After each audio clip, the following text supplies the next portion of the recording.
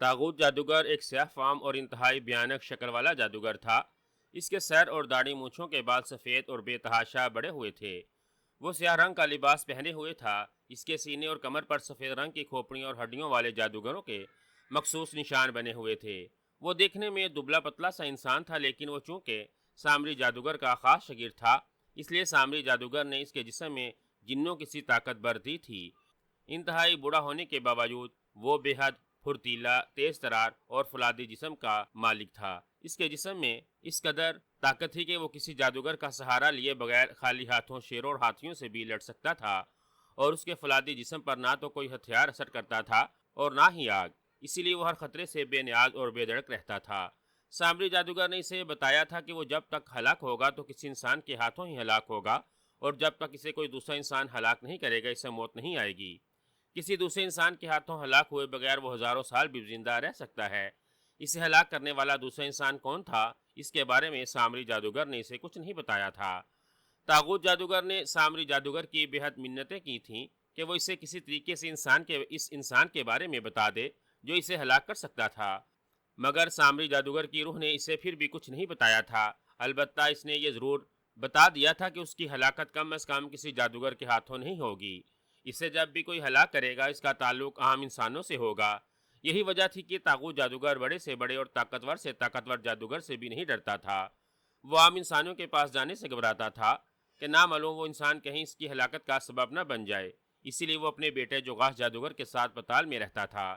انسانی آبادیوں میں اگر اسے آنا ہوتا تو وہ اپنی حفاظت کا پورا بندوبست کر لیتا، اور اس کے سامنے جو بھی انسان آتا وہ اسے فوراً ہلاک کر دیتا۔ اس نے پتال میں ایک الگ جادو نگری بنا رکھی تھی جہاں صرف اسی کا حکم چلتا تھا۔ پتال کے جادوگر چڑیلے، جن اور دیوں کے ساتھ ساتھ بھوت بھی اس کے تابع دار تھے۔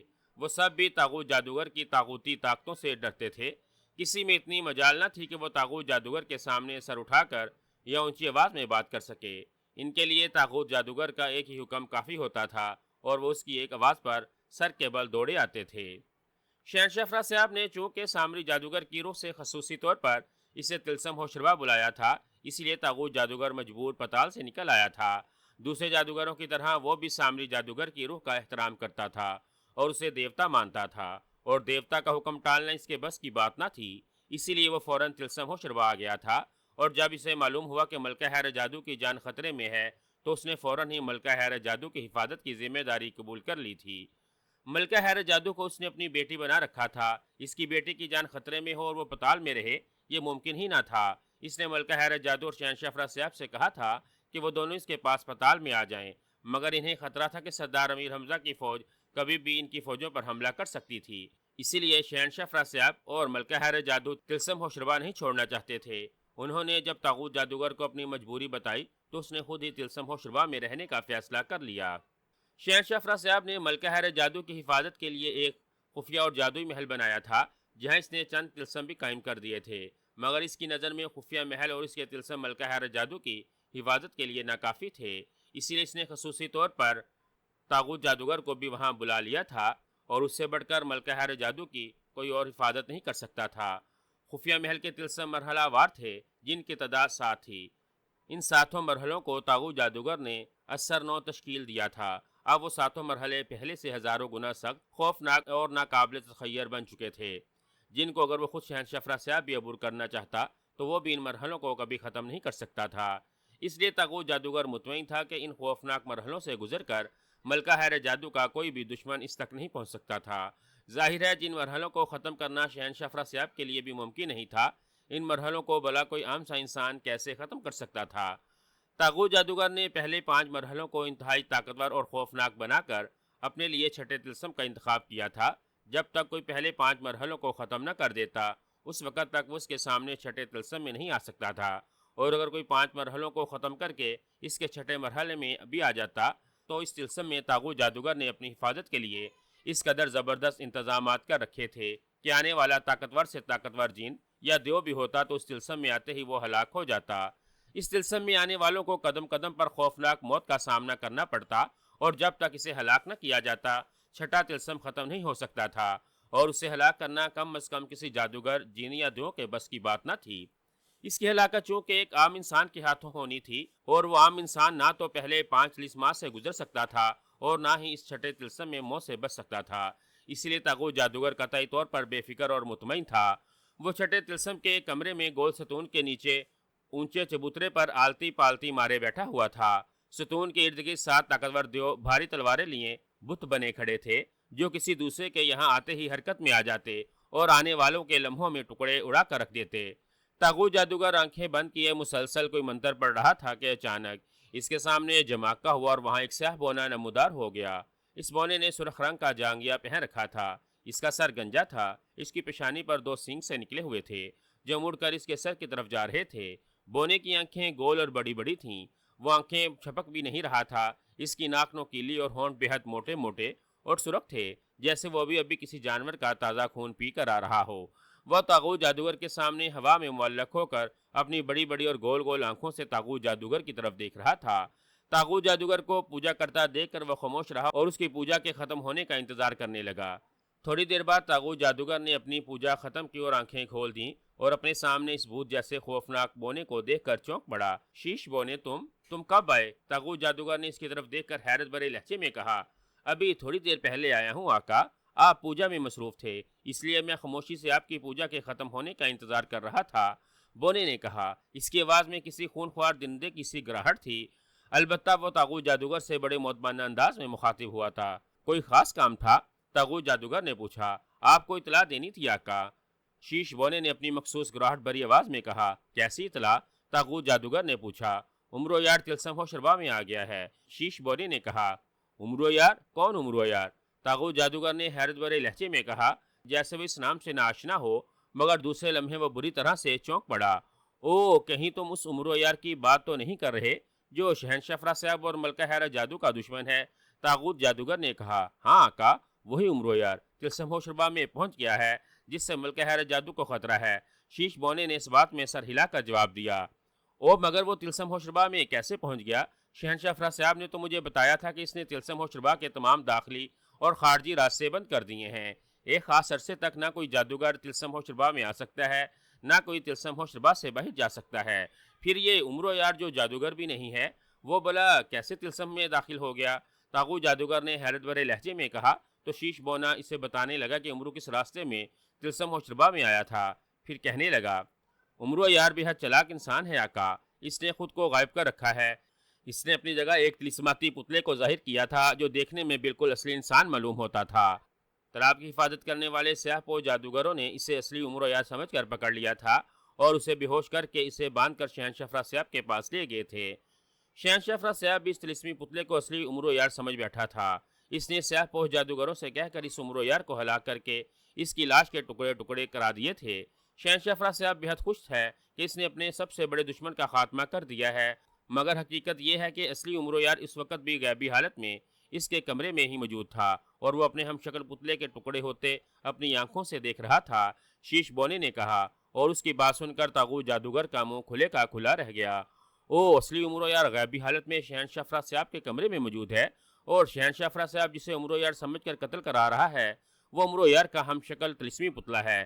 یہ تم کیا کہہ رہے ہو شیش بونے؟ افراسیاب جو تلسم ہوشربا کے لاکھوں جادوگروں کا شہنشاہ ہے، کیا وہ اس قدر اندھا ہے کہ اسے اصل اور نقل کی پہچان بھی نہیں ہو رہی؟ کیا اسے اپنے کمرے میں اصلی عمرو یار کی موجودگی کا بھی احساس نہیں ہو رہا؟ طاغوت جادوگر نے حیرت زدہ لہجے میں کہا۔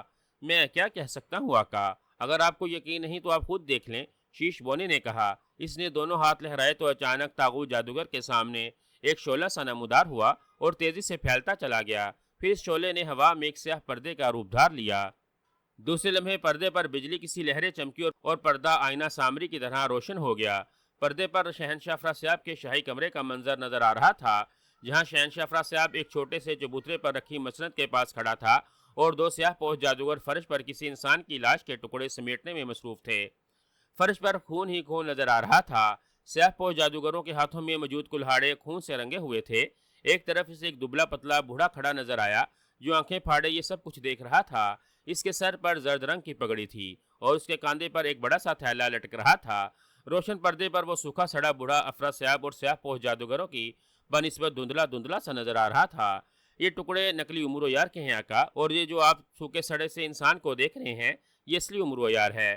یہ غیبی حالت میں ہے، اسی لیے یہ دھندلا دھندلا سا دکھائی دے رہا ہے۔ شیش بونے نے طاغوت جادوگر سے مخاطب ہو کر کہا، اور اس کی بات سن کر طاغوت جادوگر نے بے اختیار ہونٹ بھینچ لیے اور غصے اور نفرت سے امرو کی طرف دیکھنے لگا۔ پھر دونوں سیاہ پوش جادوگر نکلی امرو کی لاش کے ٹکڑے لے کر وہاں سے غائب ہو گئے، اور شہنشاہ افراسیاب نے جادو کے زور سے فرج پر بکھرا ہوا خون باب بنا کر اڑا دیا۔ پھر افراسیاب کو اپنے خفیہ راستے کا خیال آیا، اور اس نے یہ جاننے کے لیے امرو کو اس خفیہ راستے کا کیسے علم ہوا تھا، ایک بھیانک چڑیل بھارنی کو بلا لیا۔ بھارنی چڑیل کو شہنشاہ افراسیاب کے علاوہ وہاں کسی اور انسان کی موجودگی کا بھی احساس ہوا تھا۔ پھر وہ مڑی اور سانپ جیسی لکڑی ٹیکتی ہوئی عین اس طرف بڑھنے لگی جہاں امرو دیوار سے لگا کھڑا تھا۔ امرو جو خطرے کے احساس سے وہاں سے کھسک رہا تھا، اسے اپنی طرف بڑھتا دیکھ کر رک گیا تھا۔ بھارنی چڑیل گول گول اور سرخ سرخ آنکھوں سے دیوار کی طرف دیکھتی ہوئی اسی طرح امرو کی طرف بڑھتی جا رہی تھی جیسے وہ غیبی حالت میں موجود امرو کو دیکھ رہی ہو۔ اسی لمحے امرو نے اپنے تھیلے میں ہاتھ ڈالا، اور پھر اس نے تھیلے میں سے ایک چمکدار خنجر نکال لیا۔ وہ خنجر ہاتھ میں لے کر یوں کھڑا ہو گیا تھا جیسے بھارنی چڑیل جیسے اس کے نزدیک آئے گی وہ فوراً اس پر حملہ کر دے گا۔ بھارنی چڑیل امرو کے کچھ فاصلے پر جا کے رک گئی۔ اس نے لاٹھی اٹھائی اور اس کا نچلا سرا اس کی طرف بڑھایا جہاں امرو کھڑا تھا۔ یہ دیکھ کر امرو تیزی سے دائیں طرف ہو گیا۔ بھارنی چڑیل کی لاٹھی دیوار سے لگی۔ بھارنی چڑیل نے لاٹھی ادھر ادھر دیوار پر مارنی شروع کر دی۔ امرو اس کی لاٹھی سے بچنے کے لیے دائیں بائیں ہو رہا تھا۔ چند لمحے بھارنی چڑیل اسی طرح دیوار پر لاٹھی مارتی رہی، پھر اس کے چہرے پر مایوسی سی آ گئی۔ آخر یہ تم کیا کر رہی ہو بھارنی چڑیل؟ کون ہے یہاں؟ شہنشاہ افراسیاب جو اب تک خاموش کھڑا تھا بھارنی چڑیل کی حرکت دیکھ رہا تھا، نے منہ بناتے ہوئے بڑے غصیلے لہجے میں کہا۔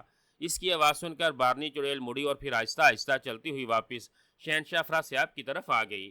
میں معافی چاہتی ہوں آقا، مجھے اس دیوار کے پاس کسی انسان کی پرچھائی دکھائی دی تھی، مگر شاید وہ میرا وہم تھا۔ اب کمرے میں مجھے دوسرے انسان کی بو بھی نہیں آ رہی، یہاں صرف جانور کی بو ہے، مینڈے کے خون کی بو، بھارنی چڑیل نے کہا، اور اس کی بات سن کر طاغوت جادوگر نے بے اختیار ہونٹ بھینچ لیے۔ جس طرح بھارنی چڑیل امرو کی طرف بڑھی تھی، وہ یہی سمجھ رہی تھی کہ اس نے غیبی حالت میں موجود امرو کو دیکھ لیا، مگر اب وہ جس طرح شہنشاہ افراسیاب کی طرف مڑ آئی تھی اور اس سے جو کہہ رہی تھی، اس سے صاف معلوم ہو رہا تھا کہ اس نے واقعی امرو کو نہیں دیکھا تھا۔ بھارنی چڑیل کو واپس شہنشاہ افراسیاب کے پاس جاتا دیکھ کر امرو کے چہرے پر بھی اطمینان سا آ گیا تھا، اور اسے مطمئن ہوتا دیکھ کر طاغوت جادوگر کو غصہ آ رہا تھا۔ اندھے ہو گئے ہیں دونوں، امرو ان کے سامنے موجود ہے اور وہ اسے دیکھ بھی نہیں پا رہے، طاغوت جادوگر نے گراتے ہوئے کہا۔ اس نے ہاتھ جھٹکا تو ہوا میں تنا ہوا پردہ جل کر راکھ ہو گیا۔ یہ کیا آقا، آپ نے روشن پردہ کیوں جلا دیا؟ کیا آپ شہنشاہ افراسیاب کی مدد نہیں کریں گے؟ شیش بونے نے اسے پردہ جلاتا دیکھ کر حیرت سے کہا۔ مدد؟ میں بھلا اس کی کیا مدد کروں گا؟ ویسے بھی جو انسان اپنی مدد آپ نہیں کرتا اس کی مدد کوئی دوسرا بھی نہیں کرتا، طاغوت جادوگر نے منہ بناتے ہوئے کہا۔ آقا، امرو شہنشاہ افراسیاب کو بیوقوف بنانے کے لیے آیا ہے۔ وہ شہنشاہ افراسیاب سے خفیہ محل کے بارے میں پوچھنا چاہتا ہے تاکہ خفیہ محل میں داخل ہو کر وہ آپ کو اور آپ کے بیٹے جوغاس جادوگر کو ہلاک کر کے شہزادی سسان جادو اور ملکہ حیر جادو تک پہنچ سکے۔ شیش بونے نے کہا، اور طاغوت جادوگر چونک پڑا۔ کیا مطلب؟ تم یہ سب کیسے جانتے ہو؟ طاغوت جادوگر نے حیران ہو کر اس کی طرف دیکھتے ہوئے پوچھا۔ امرو نے جیسے ہی طلسم ہوشربا میں قدم رکھا تھا، مجھے اس کے بارے میں اور اس کے ارادوں کے بارے میں سب کچھ معلوم ہو گیا تھا آقا۔ میں آپ کو یہی بتانے آیا ہوں کہ آپ اس امرو کو کوئی معمولی سا انسان نہ سمجھیں، وہ بے حد خطرناک انسان ہے۔ ذہین ہونے کے ساتھ ساتھ وہ بے حد چلاک اور دنیا کا عیار ترین انسان ہے۔ اس کے پاس بے شمار کراماتی چیزیں ہیں جن کی مدد سے وہ کچھ بھی کر سکتا ہے۔ اگر اسے خفیہ محل کا پتہ چل گیا تو وہ خفیہ محل میں داخل ہو کر نہ صرف آپ کے تمام طلسمات ختم کر دے گا بلکہ وہ آپ کو بھی زندہ نہیں چھوڑے گا، وہ جوغاس جادوگر کو بھی ہلاک کر دے گا اور آسانی سے ملکہ حیرت جادو اور شہزادی سسان جادو تک پہنچ جائے گا۔ شیش بونے نے کہا، اور طاغوت جادوگر آنکھیں پھاڑ پھاڑ کر اس کی طرف یوں دیکھنے لگا جیسے شیش بونے نے کوئی انہونی بات کر دی ہو۔ امرو یار خفیہ محل کے طلسمات ختم کر دے گا، وہ مجھے اور میرے بیٹے کو بھی ہلاک کر دے گا، یہ تم کیا کہہ رہے ہو شیش بونے؟ کیا تم ہوش میں تو ہو؟ میں نے اس قدر طاقتور اور خوفناک طلسمات بنائے ہیں کہ انہیں دنیا کا بڑے سے بڑا جادوگر اور جن بھی ختم نہیں کر سکتا، اور نہ ان طلسمات کو ختم کرنا کسی کے بس کی بات ہے، اور تم کہہ رہے ہو کہ ان طلسمات کے وہ معمولی بڑا اور سوکھا سڑا سا انسان ختم کر دے گا، وہ مجھے اور میرے بیٹے کو بھی ہلاک کر دے گا۔ طاغوت جادوگر نے اس کی طرف غصیلی نظروں سے گورتے ہوئے کہا۔ میں ہر طرف آگ خون، دھول اور خوفناک تباہی دیکھ رہا ہوں آقا۔ اس طوفان کو جس کا نام امرو یار ہے، میں اسے مسلسل آگے بڑھتا دیکھ رہا ہوں، اور وہ اپنے راستے میں آنے والی ہر دیوار توڑتا جا رہا ہے۔ اس کے سامنے جو آ رہا ہے وہ اسے گاجر مولی کی طرح کاٹتا جا رہا ہے۔ اور شیش بونا کہتا چلا گیا، بس خاموش ہو جاؤ شیش بونے، میں تمہاری بکواس نہیں سننا چاہتا۔ تم میرے غلام ہو کر میرے سامنے ایک عام انسان کے بارے میں یہ سب کچھ کہہ رہے ہو۔ کیا تم میری طاقتوں کے بارے میں نہیں جانتے؟ میرا نام سن کر بڑے سے بڑے جادوگر کے ہاتھ پاؤں پھول جاتے ہیں۔ پتال میں جنوں، بوتوں اور بدروحوں پر میری حکمرانی ہے، جو میرے سامنے جھک جھک جاتے ہیں، اور تم مجھ جیسے طاقتور اور ناقابل تسخیر جادوگر کو اس معمولی سوکھے سڑے اور بوڑھے انسان سے ڈرا رہے ہو۔ یہ ٹھیک ہے کہ آقا سامری جادوگر کی روح نے مجھے کہا تھا کہ میری ہلاکت کسی انسان کے ہاتھوں ہوگی، مگر وہ انسان عمر و یار ہوگا۔ نہیں، ہرگز نہیں، مجھے ہلاک کرنا اس بوڑھے کے بس کی بات نہیں ہے۔ شہنشاہ افراسیاب اندھا ہے، مگر میں اندھا نہیں ہوں۔ اگر عمرو خفیہ طلسم میں آ گیا تو وہ میرے بنائے ہوئے طلسمات سے بچ نہیں سکے گا، اور اگر اس نے میرے پہلے 5 طلسمات کو ختم بھی کر دیا تو چھٹے طلسم میں اسے میرا سامنا کرنا پڑے گا، اور پھر میں اس کا ایسا بھیانک حشر کروں گا جسے دیکھ کر موت بھی کانپ اٹھے گی۔ سمجھے تم؟ طاغوت جادوگر نے غصے سے گرجتے ہوئے کہا۔ مگر آقا، شیش بونے نے پریشان ہو کر کہنا چاہا، نہیں، اب بس، میں تمہاری اور کوئی بات نہیں سنوں گا۔ جاؤ تم، میں جو کروں گا خود کروں گا، مجھے سب سے زیادہ خود پر بھروسہ ہے۔ طاغوت جادوگر نے انتہائی غصیلے لہجے میں کہا، اور شیش بونا ایک طویل سانس لے کر خاموش ہو گیا۔ وہ طاغوت جادوگر کی طرف ہمدردانہ نظروں سے دیکھ رہا تھا، جیسے طاغوت جادوگر اس کی بات نہ سن کر بہت بڑی غلطی کر رہا ہو۔ ٹھیک ہے آقا، میں چلا جاتا ہوں، مگر جانے سے پہلے کم از کم آپ میرا ایک مشورہ ضرور مان لیں۔ آپ جانتے ہیں میں آپ کا مخلص غلام ہوں، اور میں کوئی بھی کام یا کوئی بات آپ کی بھلائی کے سوا نہیں کرتا۔ شیش بونے نے کہا، کیسا مشورہ؟ بولو، طاغوت جادوگر نے منہ بنا کر کہا۔ آپ نے جو 5واں طلسم بنایا ہے، اس طلسم کی سردارنی شہزادی بگوری ہے، جو ایک بدرو ہے۔ میں آپ کو یہ مشورہ دینا چاہتا ہوں کہ آپ اس طلسم کی سردارنی بگورنی کی بجائے شہنشاہ افراسیاب کی بیٹی شہزادی سسان جادو کو بنا دیں۔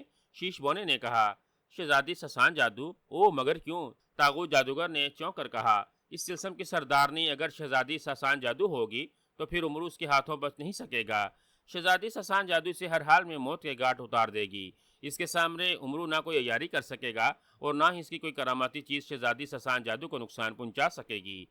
شہزادی سسان جادو کو عمرو بہت پسند کرتا ہے، اور اسے ہلاک کرنے کی کوشش نہ کرے گا، اور نہ ہی اسے کوئی نقصان پہنچائے گا، اور اس موقع سے فائدہ اٹھا کر شہزادی سسان جادو اسے فوراً ہلاک کر دے گی۔ شیش مونے نے جواب دیتے ہوئے کہا، او، مگر مجھے معلوم تو ہوا ہے کہ شہزادی سسان جادو بھی عمرو کو بہت پسند کرتی ہے، اور کئی معاملات میں وہ عمرو کی مددگار بھی رہ چکی ہے۔ وہ بلا عمرو کو کیسے ہلاک کرے گی؟ اگر میں نے اسے 5ویں طلسم کی سردارنی بنا دیا تو وہ الٹا عمرو کی مدد کرے گی، اور اس کے ساتھ مل کر سارے طلسم کو ختم کر دے گی۔ اس طرح وہ آسانی سے مجھ تک اور باقی طلسمات تک بھی پہنچ جائے گا۔ طاغوت جادوگر نے حیران ہوتے ہوئے کہا، آپ شہزادی سسان جادو پر کرسامہ جادو کر دیں آقا۔ کایا پلٹ کرسامہ جادو کے زیر اثر آ کر شہزادی سسان جادو کا ذہن پلٹ جائے گا، اور وہ عمرو کی دشمن بن جائے گی۔ پھر عمرو کا اس سے بچنا ناممکن ہو جائے گا۔ قطعی ناممکن، شیش مونے نے کہا۔ مگر مجھے تو ملکہ حیرت جادو نے یہ بھی بتایا ہے کہ اس نے شہنشاہ افراسیاب کے کہنے پر شہزادی سسان جادو کا سارا جادو بھی ختم کر دیا ہے، اور وہ اب ایک عام سی لڑکی بن کر رہ گئی ہے، اور میں بھلا ایک عام سی لڑکی کو طلسم کی سردارنی کیسے بنا سکتا ہوں؟ طاغوت جادوگر نے کہا، آپ ملکہ حیرت جادو سے بات کریں کہ وہ شہزادی سسان جادو کو اس کا تمام جادو واپس لوٹا دیں۔ ملکہ حیرت جادو آپ کی بات نہیں ٹال سکیں گی۔ وہ جیسے ہی شہزادی سسان جادو کو اس کا جادو لوٹائے گی، آپ اس پر فوراً کرسام جادو کر دیں۔ شیش بونے نے مشورہ دیتے ہوئے کہا، تم ٹھیک کہتے ہو شیش بونے، میں تمہاری یہ بات مان لیتا ہوں۔ میں ابھی ملکہ حیرت جادو کے پاس جا کر اس سے بات کرتا ہوں، وہ واقعی میری بات نہیں ٹال سکتی۔ طاغوت جادوگر نے اس بات میں سر ہلا کر کہا، اور اسے مانتا دیکھ کر شیش بونے کے چہرے پر قدرے اطمینان آ گیا۔ اگر آپ شہزادی سسان جادو کو 5ویں طلسم کی سردارنی بنا دیں گے تو پھر میں آپ کو یقین دلاتا ہوں آقا کہ عمرو 4 طلسمات کو ہو سکتا ہے تباہ کر دے، مگر 5ویں طلسم میں اس کے لیے یقینی طور پر موت کا طلسم بن جائے گا۔ اس طلسم کو تباہ کرنا اس کے لیے ناممکن ہوگا، قطعی ناممکن۔ شیش بونے نے کہا تو طاغوت جادوگر نے اس بات میں سر ہلا دیا۔ اس کے چہرے پر ایسے تاثرات تھے جیسے اس نے شیش بونے کے اس مشورے پر واقعی عمل کرنے کا فیصلہ کر لیا ہو۔ ویسے بھی شیش بونے نے اسے 5ویں طلسم کی سردارنی بدلنے کے لیے کہا تھا، اس سے یہ نہیں کہا تھا کہ وہ طلسم بدل دے، اور طلسم کی سردارنی بگوری بدرو کو واپس بھیج کر اس کی جگہ شہزادی سسان جادو کو وہاں سردارنی بنانا اس کے لیے کچھ مشکل نہ تھا۔ مجھے لگتا ہے کہ تمہارے سونگنے کی حس خراب ہو گئی ہے بھارنی چڑیل۔ عمرو کے خون کو تم کسی جانور کا خون کیسے کہہ سکتی ہو؟ شہنشاہ افراسیاب نے اس کی طرف غصیلی نظروں سے دیکھتے ہوئے کہا، آپ میری بات کا یقین کریں یا نہ کریں آقا، میں بھارنی چڑیل نے ابھی اتنا ہی کہا تھا کہ اچانک ایک شعلہ سلب کا، اور بھارنی چڑیل یکلخ جل کر راکھ بنتی چلی گئی۔ اسے اس طرح جل کر راکھ بنتا دیکھ کر شہنشاہ افراسیاب بری طرح سے اچھل پڑا۔ اس کی آنکھیں حیرت اور خوف سے پھیلتی چلی گئیں۔ یہ کیا ہو گیا؟ یہ بھارنی چڑیل یہ جل کر راکھ کیوں سے بن گئی؟ کیا کون ہے یہاں؟ شہنشاہ افراسیاب نے حیرت اور انتہائی خوف بھری نظروں سے ادھر ادھر دیکھتے ہوئے کہا۔ اسی لمحے اس کے سامنے دھماکہ سا ہوا اور فرش پر سفید دھواں سا پھیل گیا۔ دوسرے لمحے دھواں اوپر اٹھا اور اس میں سے بجلیوں کی لہریں سی چمکنے لگیں۔ شہنشاہ افراسیاب نے دھواں دیکھ کر فوراً ہوا میں ہاتھ مار کر ایک تلوار حاصل کر لی۔ کون ہے؟ سامنے آؤ، شہنشاہ افراسیاب نے دھوئیں کی تلوار لہراتے ہوئے کہا۔ میں ہوں افراسیاب، تمہارا آقا سامری جادوگر۔ اچانک دھوئیں میں سے کڑکتی ہوئی آواز سنائی دی اور شہنشاہ افراسیاب ایک بار پھر چونک پڑا۔ سامری جادوگر؟ اوہ ہو، مگر آقا آپ دھوئیں میں اور یہاں آپ تو… شہنشاہ افراسیاب نے حیرت بھرے لہجے میں کہا۔ سامری جادوگر کی آواز سن کر وہ حیران ہو رہا تھا، کیونکہ سامری جادوگر کی روح اس طرح کبھی اس کے سامنے نہیں آئی تھی۔ اسے سامری جادوگر کی روح سے جب بھی کسی مدد کی ضرورت ہوتی تھی وہ تو خود اس کے پاس اس کے محبت میں جاتا تھا۔ سامری جادوگر کی روح اپنے آپ کبھی اس کے محل کے شاہی کمرے میں نہیں آئی تھی۔ سامری جادوگر کی روح جب بھی شہنشاہ افراسیاب کے سامنے آتی تھی وہ انسانی روپ میں ہوتی تھی، اس طرح دھوئیں میں چھپی ہوئی نہیں ہوتی تھی۔ تم شاید میرے یہاں آنے پر حیران ہو رہے ہو افراسیاب، میں پہلے کبھی اس طرح دھوئیں کے روپ میں تمہارے سامنے نہیں آیا، مگر تم میری آواز تو پہچانتے ہو نا؟ دھوئیں سے سامری جادوگر کی کڑکتی ہوئی آواز سنائی دی۔ او ہاں، میں آپ کی آواز پہچانتا ہوں آقا، میں تو بس آپ کے یہاں اس طرح اچانک آنے پر حیران ہو رہا ہوں، شہنشاہ افراسیاب نے کہا۔ اس نے ہاتھ میں پکڑی ہوئی تلوار ایک طرف اچھال دی جو اس کے ہاتھ سے نکلتے ہی چھپاکے کے ساتھ غائب ہو گئی۔ مجھے معلوم ہوا ہے کہ ملکہ حیرت جادو کی زندگی خطرے میں ہے، عمر اس سے بدلہ لینے کے لیے یہاں آیا تھا جسے تمہارے سیاہ پوش جادوگر تمہارے سامنے لے آئے تھے۔ سامری جادوگر کی آواز سنائی دی۔ ہاں آقا، میں نے عمرو کو ایک لمحے کا بھی موقع نہیں دیا تھا، میں نے اسے بے ہوشی کے عالم میں ہی قتل کرا دیا تھا اور اس کی لاش کے ٹکڑے کرا دیے تھے، شہنشاہ افراسیاب نے کہا۔ میں جانتا ہوں، اور تم نے سلاگو اور ماشو جادوگروں کو اس کی لاش کے ٹکڑے سیاہ جنگل میں پھینکنے کے لیے بھیج دیا ہے تاکہ سیاہ جنگل کے خونخوار درندے سے کھا جائیں، سامری جادوگر نے کہا۔ اوہ، آپ کو سب معلوم ہے آقا، اس کا مطلب ہے میں نے جس عمرو یار کو ہلاک کرایا تھا وہ کوئی اور نہیں تھا، شہنشاہ افراسیاب نے خوش ہوتے ہوئے کہا۔ ہاں، وہ عمرو یار ہی تھا، تم نے اس بار اصلی عمرو یار کو ہلاک کیا ہے افراسیاب، اور میں سامری جادوگر اس بات کی تصدیق کرتا ہوں کہ جادوگروں کا سب سے بڑا اور خوفناک دشمن عمرو یار واقعی ہلاک ہو گیا ہے، جس کے لیے میں تمہیں مبارکباد دیتا ہوں۔ سامری جادوگر کی آواز آئی اور سامری جادوگر کی مبارکباد سن کر شہنشاہ افراسیاب کا چہرہ خوشی سے کھل اٹھا۔ شکریہ آقا، آپ کا بہت بہت شکریہ، آپ کی دی ہوئی مبارکباد میرے لیے کسی اعزاز سے کم نہیں ہے، اور آپ نے عمرو کی ہلاکت کی تصدیق کر کے میرا سیر و خون بڑھا دیا ہے، شہنشاہ افراسیاب نے کہا۔ عمرو یار کی ہلاکت سے میں بھی بہت خوش ہوں افراسیاب، تم اور ملکہ حیرت جادو شہزادی سسان جادو اور جوگاس جادوگر کی شادی کر کے مجھے خوش کرنا چاہتے تھے، اور اس خوشی میں تم مجھ سے سرخ جادو حاصل کرنا چاہتے تھے تاکہ تم میرے جیسے مہان جادوگر بن جاؤ۔ مجھے شاید شہزادی سسان جادو اور جوگاس جادوگر کی شادی کا سن کر اس قدر خوشی نہ ہوتی جتنی خوشی مجھے عمرو کی ہلاکت پر ہوئی ہے، اس لیے میں نے تمہیں اور ملکہ حیرت جادو کو سرخ جادو کا تحفہ دینے کا فیصلہ کر لیا ہے، سامری جادوگر نے کہا، اور اس کی بات سن کر شہنشاہ افراسیاب کا چہرہ پکے ہوئے ٹماٹر کی طرح سرخ ہو گیا۔ سرخ جادو؟ اوہ اوہ، کیا آپ سچ کہہ رہے ہیں آقا؟ آپ مجھے سرخ جادو کا تحفہ دیں گے؟ اوہ اوہ، شہنشاہ افراسیاب نے مسرت سے کانپتے ہوئے لہجے میں کہا۔ ہاں، تم ملکہ حیرت جادو کو لے کر میرے محبت میں آ جاؤ، میں محبت میں عمرو کی ہلاکت کا جشن منانا چاہتا ہوں۔ اس جشن کے موقع پر میں طاغوت جادوگر اور دوسرے بڑے جادوگروں کی موجودگی میں سرخ جادو تمہارے حوالے کر دوں گا، جس سے تمہاری اور ملکہ حیرت جادو کی طاقتوں میں ہزاروں گنا اضافہ ہو جائے گا، اور پھر تم اس سرخ جادو کے ذریعے طلسم و شربا کے تمام جادوگروں کو سرخ جادوگر بنا دینا، جو انتہائی طاقتور اور ناقابل تسخیر جادوگر بن جائیں گے، سامری جادوگر نے کہا۔ ٹھیک ہے آقا، میں ملکہ حیرت جادو اور طاغوت جادوگر کو لے کر آپ کے محبت میں جلد سے جلد حاضر ہو جاؤں گا، آپ جیسا کہیں گے میں بالکل ویسا ہی کروں گا، شہنشاہ افراسیاب نے اسی طرح خوشی کے مارے لرزتے ہوئے کہا۔ سرخ جادو کے ملنے کا سن کر اس کا واقعی سیر و گنا خون بڑھ گیا تھا، اس کا بس نہیں چل رہا تھا، ورنہ وہ سرخ جادو کے ملنے کی خوشی میں وہی رقص کرنا شروع کر دیتا یا دیوانہ وار کہکے لگانا شروع کر دیتا۔ جلدی نہیں، آج سے 10 دنوں بعد تم وہاں آؤ گے، 10 دنوں تک میں جشن کی تیاریاں کروں گا، اور پھر مہا شیطان کی پوجا کر کے اس سے سرخ جادو تمہارے حوالے کرنے کی اجازت بھی تو لینی ہے، وہ اجازت دے گا تب ہی میں تمہیں سرخ جادو دے دوں گا، سامری جادوگر نے کہا۔ او، اگر مہا شیطان نے آپ کو سرخ جادو دینے سے منع کر دیا تو؟ شہنشاہ افراسیاب نے یک لخت پریشان ہو کر کہا۔ میں اس کی پوجا کروں گا تو وہ انکار نہیں کرے گا، عمرو کو تم نے ہلاک کرایا ہے، تمہارے اس کارنامے پر یقیناً مہا شیطان بھی خوش ہو گیا ہوگا، اس لیے ہو سکتا ہے سرخ جادو کے ساتھ ساتھ تمہیں اور بھی شیطانی طاقتیں دے دی جائیں جس سے تم دنیا کے مہاترین جادوگر بن جاؤ، سامری جادوگر نے کہا تو شہنشاہ افراسیاب کے چہرے پر آنے والی پریشانی فوراً کافور ہو گئی۔ پھر ٹھیک ہے آقا، آپ مہا شیطان کی پوجا کریں، میں ملکہ حیرت جادو اور تاغوت جادوگر کو جا کر خوشخبری سنا دیتا ہوں، آپ کی بات سن کر وہ خوش ہو جائیں گے۔ شہنشاہ افراسیاب نے کہا، نہیں، ابھی انہیں کچھ مت کہو، میں تمام انتظامات مکمل کر لوں تو میں تمہیں پیغام بھیج دوں گا، پھر تم ملکہ حیرت جادو اور تاغوت جادوگر کو سب کچھ بتا دینا۔ سامری جادوگر نے کہا، جو حکم آقا۔ شہنشاہ افراسیاب نے سر جھٹک کر انتہائی مودبانہ لہجے میں کہا، اور ہاں، تم بھارنی چڑیل کے فنا ہونے کا افسوس مت کرنا، اس نے تمہارے پاس آنے سے پہلے ایک مینڈے کو ہلاک کر کے اس کا خون پیا تھا، اس لیے اسے یہاں امرو کی بجائے اسی مینڈے کے خون کی بو محسوس ہو رہی تھی۔ وہ خوام خواہ شک پیدا کرنے والی باتیں کر کے تمہیں الجھانے کی کوشش کر رہی تھی، اسی لیے میں نے اسے جلا کر وزم کر دیا ہے۔ سامری جادوگر نے کہا، او اچھا کیا آقا جو آپ نے مجھے بتا دیا، میں واقعی بھارنی چڑیل کی باتیں سن کر پریشان ہو گیا تھا، اور جس طرح وہ میرے سامنے جل کر راکھ بن گئی تھی، اس سے میری پریشانی اور زیادہ بڑھ گئی تھی۔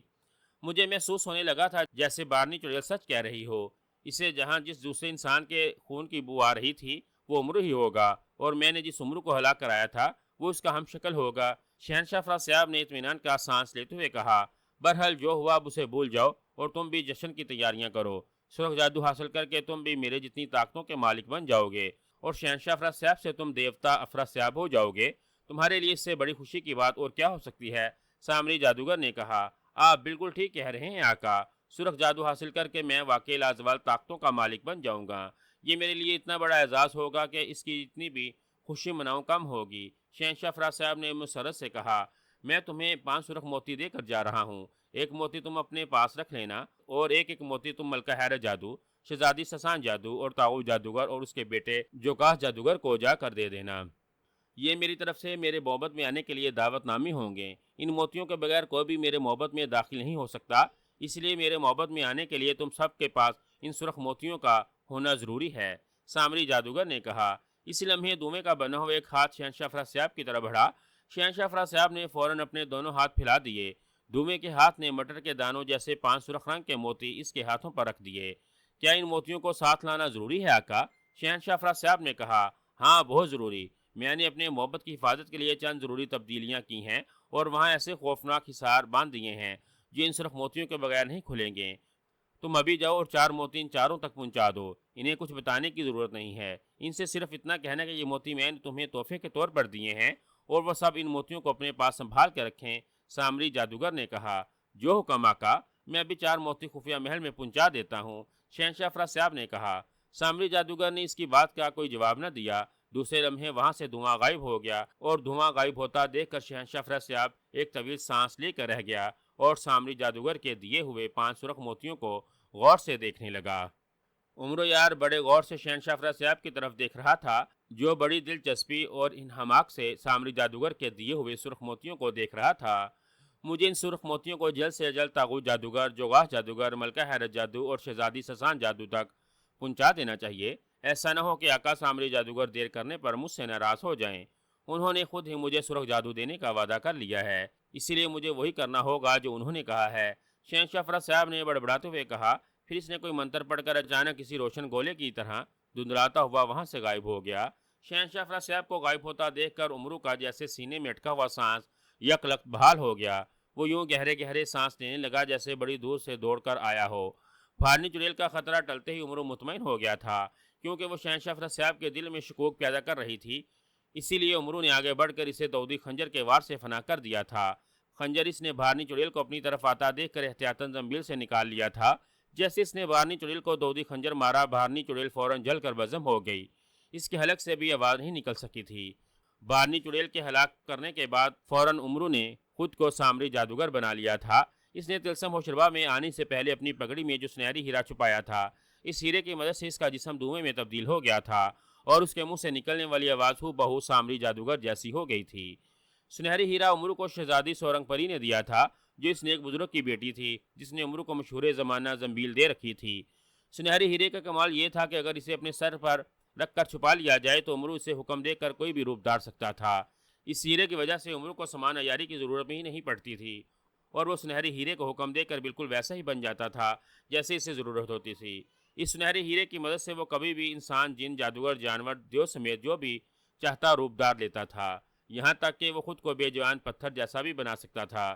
یہ سنہری ہیرا اسے حال ہی میں شہزادی سورنگ نے تحفے میں دیا تھا، جس کا اس نے پہلے کبھی استعمال نہیں کیا تھا۔ طلسم مشربہ میں آنے سے پہلے اس نے جو تیاری کی تھی، کسی خیال سے اور آزمانے کی خاطر اس نے یہ سنہری ہیرا بھی اپنی پگڑی میں رکھ لیا تھا، جو اب واقعی اس کے کام آ گیا تھا۔ اور اس ہیرے نے اس کے جسم کو نہ صرف دھوئیں میں بدل دیا تھا، بلکہ اس کی آواز بھی بالکل سامری جادوگر جیسی بنا دی تھی۔ طلسم و شرما میں داخل ہونے سے پہلے محافظ بونے نے امرو کو 5 سرخ موتی دیے تھے اور اس سے کہا تھا اگر وہ 5 موتی شہنشاہ فراسیاب تاغو جادوگر، جوگاس جادوگر، ملکہ حیرت جادو اور سسان جادو تک پہنچا دے تو محافظ بونے کے لیے خفیہ محل اور محل کے تجسمات کے بارے میں جاننا آسان ہو جائے گا اور اس طرح وہ امرو کی بھرپور مدد کر سکے گا۔ امرو نے یہ سارا چکر شہنشاہ فراسیاب کو وہ 5 موتی دینے کے لیے ہی چلایا تھا اور شہنشاہ فراسیاب کو 5 موتی دے کر وہ پھر دھوئیں سے اپنی اصلی حالت میں آ گیا تھا۔ شہنشاہ فراسیاب موتی لے کر غائب ہوتا دیکھ کر اسے سکون آ گیا تھا۔ اسے یقین تھا کہ اب جیسے ہی شہنشاہ فراسیاب ان سرخ موتیوں کو خفیہ محل میں لے جائے گا، محافظ بونے کے سامنے خفیہ محل اور اس کے طلسمات کھل جائیں گے۔ اسی لمحے اچانک ایک جھماکے سے محافظ بونا امرو کے سامنے آ گیا۔ بہت خوب آقا، بہت خوب۔ آپ نے شہنشاہ فراسیاب کے ساتھ جو عیاری کی ہے لاجواب ہے۔ جب اس پر حقیقت کھلے گی تو وہ سچ مچ اپنے سر کے بال نوچنا شروع کر دے گا۔ وہ کبھی خواب میں بھی نہیں سوچ سکتا تھا کہ آپ نے سامری جادوگر بن کر اسی کے ہاتھوں اس کے خفیہ محل کی تباہی اور بربادی کا انتظام کرا دیا ہے۔ سرخ جادو ملنے کی خوشی میں وہ دیوانہ ہوا جا رہا تھا اور آپ کی اس عیاری نے اس کے سوچنے سمجھنے کی ساری صلاحیتیں ختم کر دی تھیں۔ آپ واقعی یار ہیں، بہت بڑے یار، محافظ بونے نے کہا اور عمر اس کی بات سن کر بے اختیار مسکرا دیا۔ مانتے ہو نا کہ مجھ سے بڑا یار اس دنیا میں اور کوئی نہیں ہے؟ عمرو نے مسکراتے ہوئے کہا۔ نہ ہے اور نہ کوئی ہو سکتا ہے آقا، محافظ بونے نے ہنس کر کہا تو عمرو بھی ہنس دیا۔ مگر تم یہاں کیا کر رہے ہو؟ شہنشاہ فراسیاب سرخ موتی لے کر خفیہ محل میں گیا ہے، تمہیں تو اس کے پیچھے جانا چاہیے تھا۔ جاؤ جلدی اس کے پیچھے جاؤ، ایسا نہ ہو کہ وہ سرخ موتی خفیہ محل میں پہنچا کر واپس آ جائے اور تم یہاں میرے ساتھ باتیں کرتے ہی رہ جاؤ۔ عمرو نے چونک کر کہا۔ آپ بے فکر رہیے آقا، میرا اس کے پیچھے جانا ضروری نہیں ہے، بس آپ اسے موتی خفیہ محل تک پہنچا لینے دیں، وہاں ایک بھی سرخ موتی پہنچ گیا تو میرا کام آسان ہو جائے گا۔ محافظ بونے نے کہا۔ وہ بیوقوف سرخ موتی لے کر چلا تو گیا ہے، اب دیکھو وہ موتی وہاں پہنچاتا ہے یا نہیں۔ عمرو نے کہا۔ اس کمرے سے باہر نکل چلیے آقا۔ شہنشاہ فراسیاب محل سے نکل گیا ہے، خفیہ محل اس نے شاید باہر کہیں بنا رکھا ہے۔ آپ کا سنہری ہیرا واقعی بے حد کارآمد ہے، اس کی خوبیوں کے بارے میں مجھے بھی اب معلوم ہوا ہے۔ اس ہیرے کی موجودگی میں آپ تو کچھ بھی کر سکتے ہیں۔ آپ اس ہیرے کو حکم دیں کہ جب آپ کمرے سے باہر جائیں تو محل کے محافظ پتلے اور طلسم و شربا کے افریت آپ کو نہ دیکھ سکیں۔ اس طرح آپ آزادی سے طلسم و شربا میں گھوم پھر سکیں گے۔ آپ کو سلیمانی چادر اوڑے رکھنے کی بھی ضرورت نہ ہوگی۔ محافظ بونے نے کہا۔ ہاں واقعی شہزادی سورنگ پری نے اس بار بڑا زبردست تحفہ دیا ہے مجھے۔ سنہرے ہیرے میں بے شمار حیرت انگیز خوبیاں موجود ہیں، جس کا اندازہ مجھے سامری جادوگر کا روح بدل کر فوراً ہی ہو گیا تھا۔ عمرو نے اس بات میں سر ہلا کر کہا۔ پھر اس نے سنہری ہیرے سے کہا کہ اسے مستقل طور پر طلسم و شربا کے جادوگروں، جادوگرنیوں اور جادوئی عزریتوں کی نگاہوں سے اوجھل کر دیا جائے۔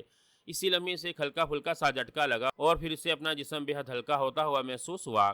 جھٹکا محسوس کرتے ہی عمرو سمجھ گیا کہ سنہری ہیرے نے اس کی خواہش پوری کر دی ہے، کیونکہ جب وہ سامری جادوگر بننے کے لیے دھوئیں میں تبدیل ہوا تھا تو اسے ایسا ہی جھٹکا لگا تھا۔ اس نے کاندھوں سے سلیمانی چادر اتار کر زنبیل میں رکھ لی تھی۔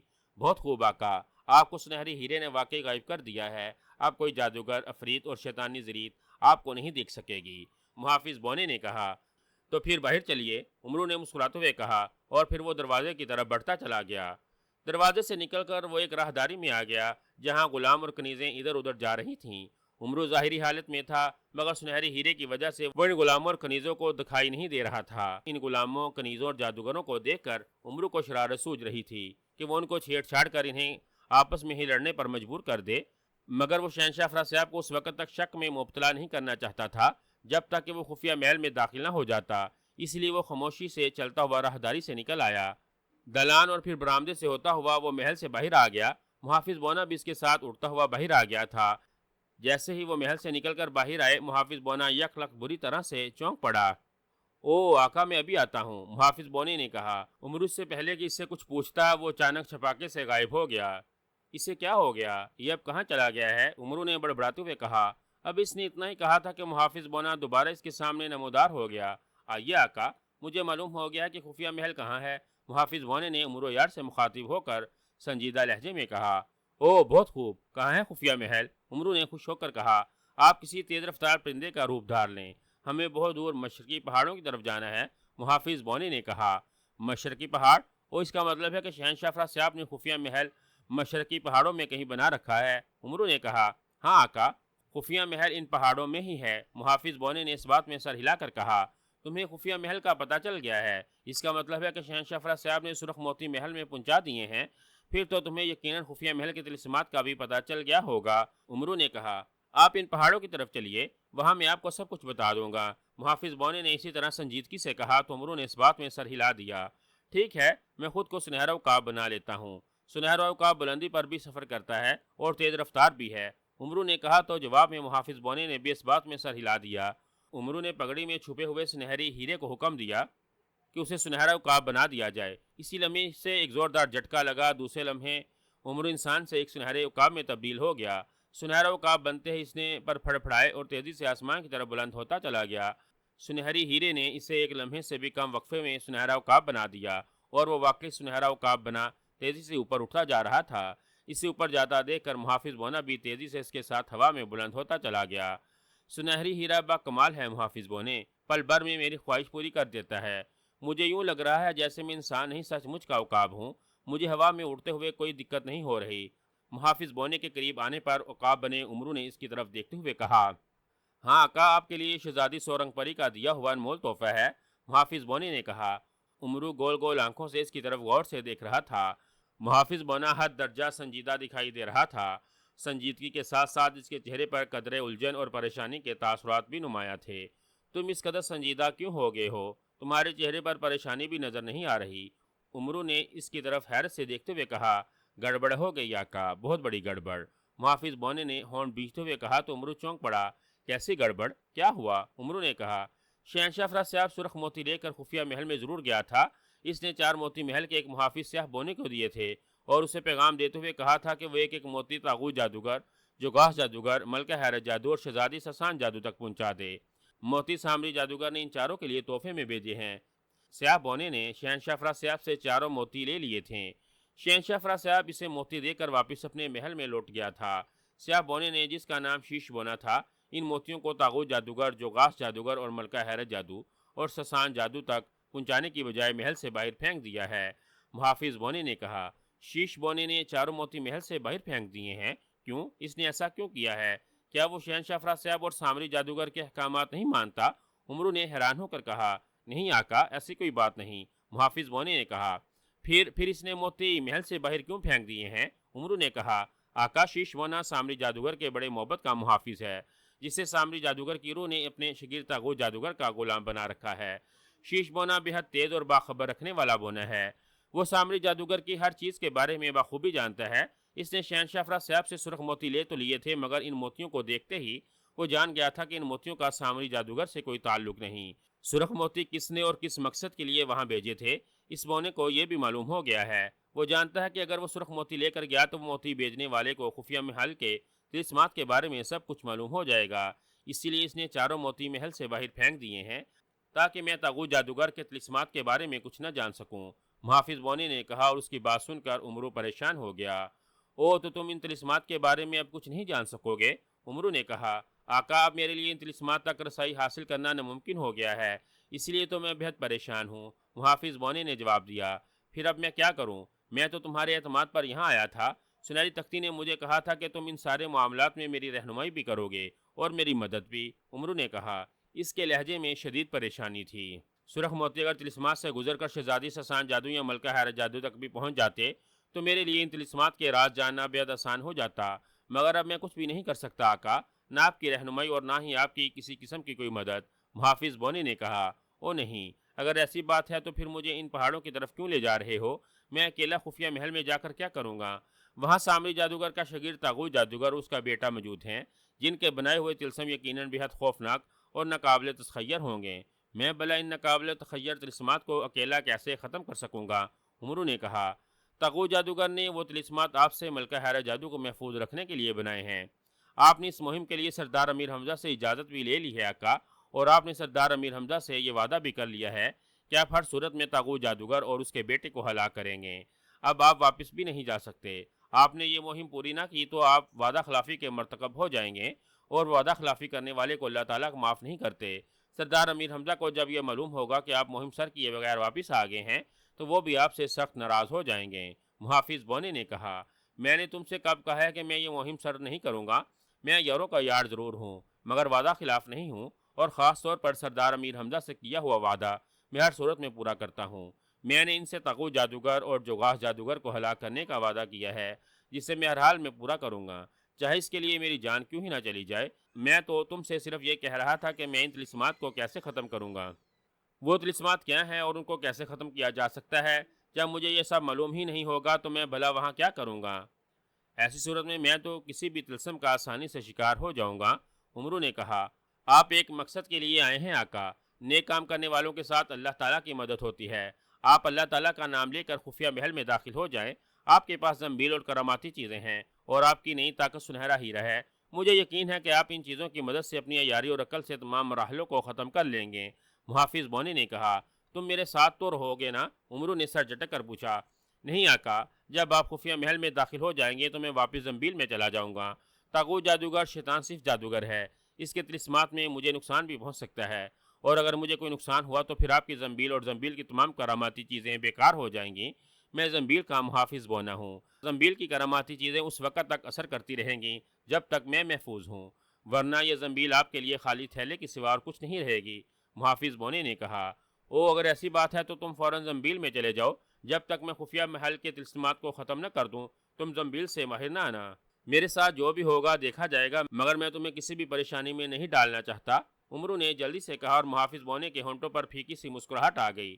وہ سمجھ گیا تھا کہ عمرو نے یہ بات کیوں کہی تھی۔ اس کے نقصان سے زنبیل بیکار ہو سکتی تھی، اور زنبیل کے بیکار ہونے کا مطلب تھا کہ اس میں موجود عمرو یار کی برسوں کی کمائی ہوئی دولت بھی ختم ہو جاتی۔ یہ بھلا عمرو کیسے برداشت کر سکتا تھا؟ اسی لیے اس نے فوراً اسے زنبیل میں جانے کا کہہ دیا تھا۔ آقا، میں آپ کو خفیہ محل میں پہنچا دوں، پھر میں خود ہی زنبیل میں چلا جاؤں؟ محافظ بونے نے کہا، نہیں نہیں، تم بس مجھے اتنا بتا دو کہ مشرقی پہاڑوں میں خفیہ محل کہاں ہے اور خفیہ محل میں داخل ہونے کا راستہ کہاں ہے، میں خود ہی وہاں چلا جاؤں گا۔ جب تم میری کوئی مدد نہیں کر سکتے ہو تو تمہیں اپنے ساتھ لے جانے کا کیا فائدہ؟ عمرو نے کہا، جیسے آپ کی مرضی آقا۔ محافظ بونے نے کہا، اور پھر وہ عمرو کو خفیہ محل اور محل کے خفیہ راستے کے بارے میں بتانے لگا۔ ساری تفصیل بتا کر وہ غائب ہوا اور زنبیل میں چلا گیا، اور عمرو سنہرے عقاب کے روپ میں تیزی سے مشرقی پہاڑوں کی طرف اٹھتا چلا گیا۔ خفیہ محل کے آخری 7ویں طلسم میں ملکہ حیر جادو موجود تھی۔ اس طلسم کی حفاظت کی ساری ذمہ داری طاغوت جادوگر کے بیٹے جوگاس جادوگر کی تھی، جو بے حد ظالم، خطرناک اور طاقتور جادوگر تھا۔ اس نے اس طلسم میں ایسا انتظام کر رکھا تھا کہ اگر عمرو کسی بھی طرح اس طلسم میں آ جاتا تو اس میں 7ویں اور آخری طلسم میں پہنچنے کے باوجود ملکہ حیر جادو تک نہیں پہنچ سکتا تھا۔ اس کا سامنا جوگاس جادوگر سے ہونا تھا، اور جب تک عمرو جوگاس جادوگر کو ہلاک نہ کر دیتا اس وقت تک اس کا ملکہ حیر جادو تک پہنچنا ناممکن تھا۔ اور ملکہ حیر جادو نے بھی ایسی تیاری کر رکھی تھی کہ اگر عمرو جوگاس جادوگر کو بھی شکست دے کر اور اسے ہلاک کر کے وہاں آ جاتا تو ملکہ حیر جادو اس پر موت بن کر چھپٹ پڑتی اور اس کے ہاتھوں عمرو کا زندہ بچنا ناممکن ہو جاتا۔ ملکہ حیر جادو محل کے سب سے آخری حصے میں موجود تھی۔ شہنشاہ فراز صاحب نے اس حصے کو سب سے زیادہ شاندار اور ملکہ حیر جادو کی تمام ضرورتوں کا خیال رکھ کر بنایا تھا۔ ملکہ حیر جادو کا کمرہ بے حد شاندار اور اعلیٰ نفیس ساز و سامان سے آراستہ تھا۔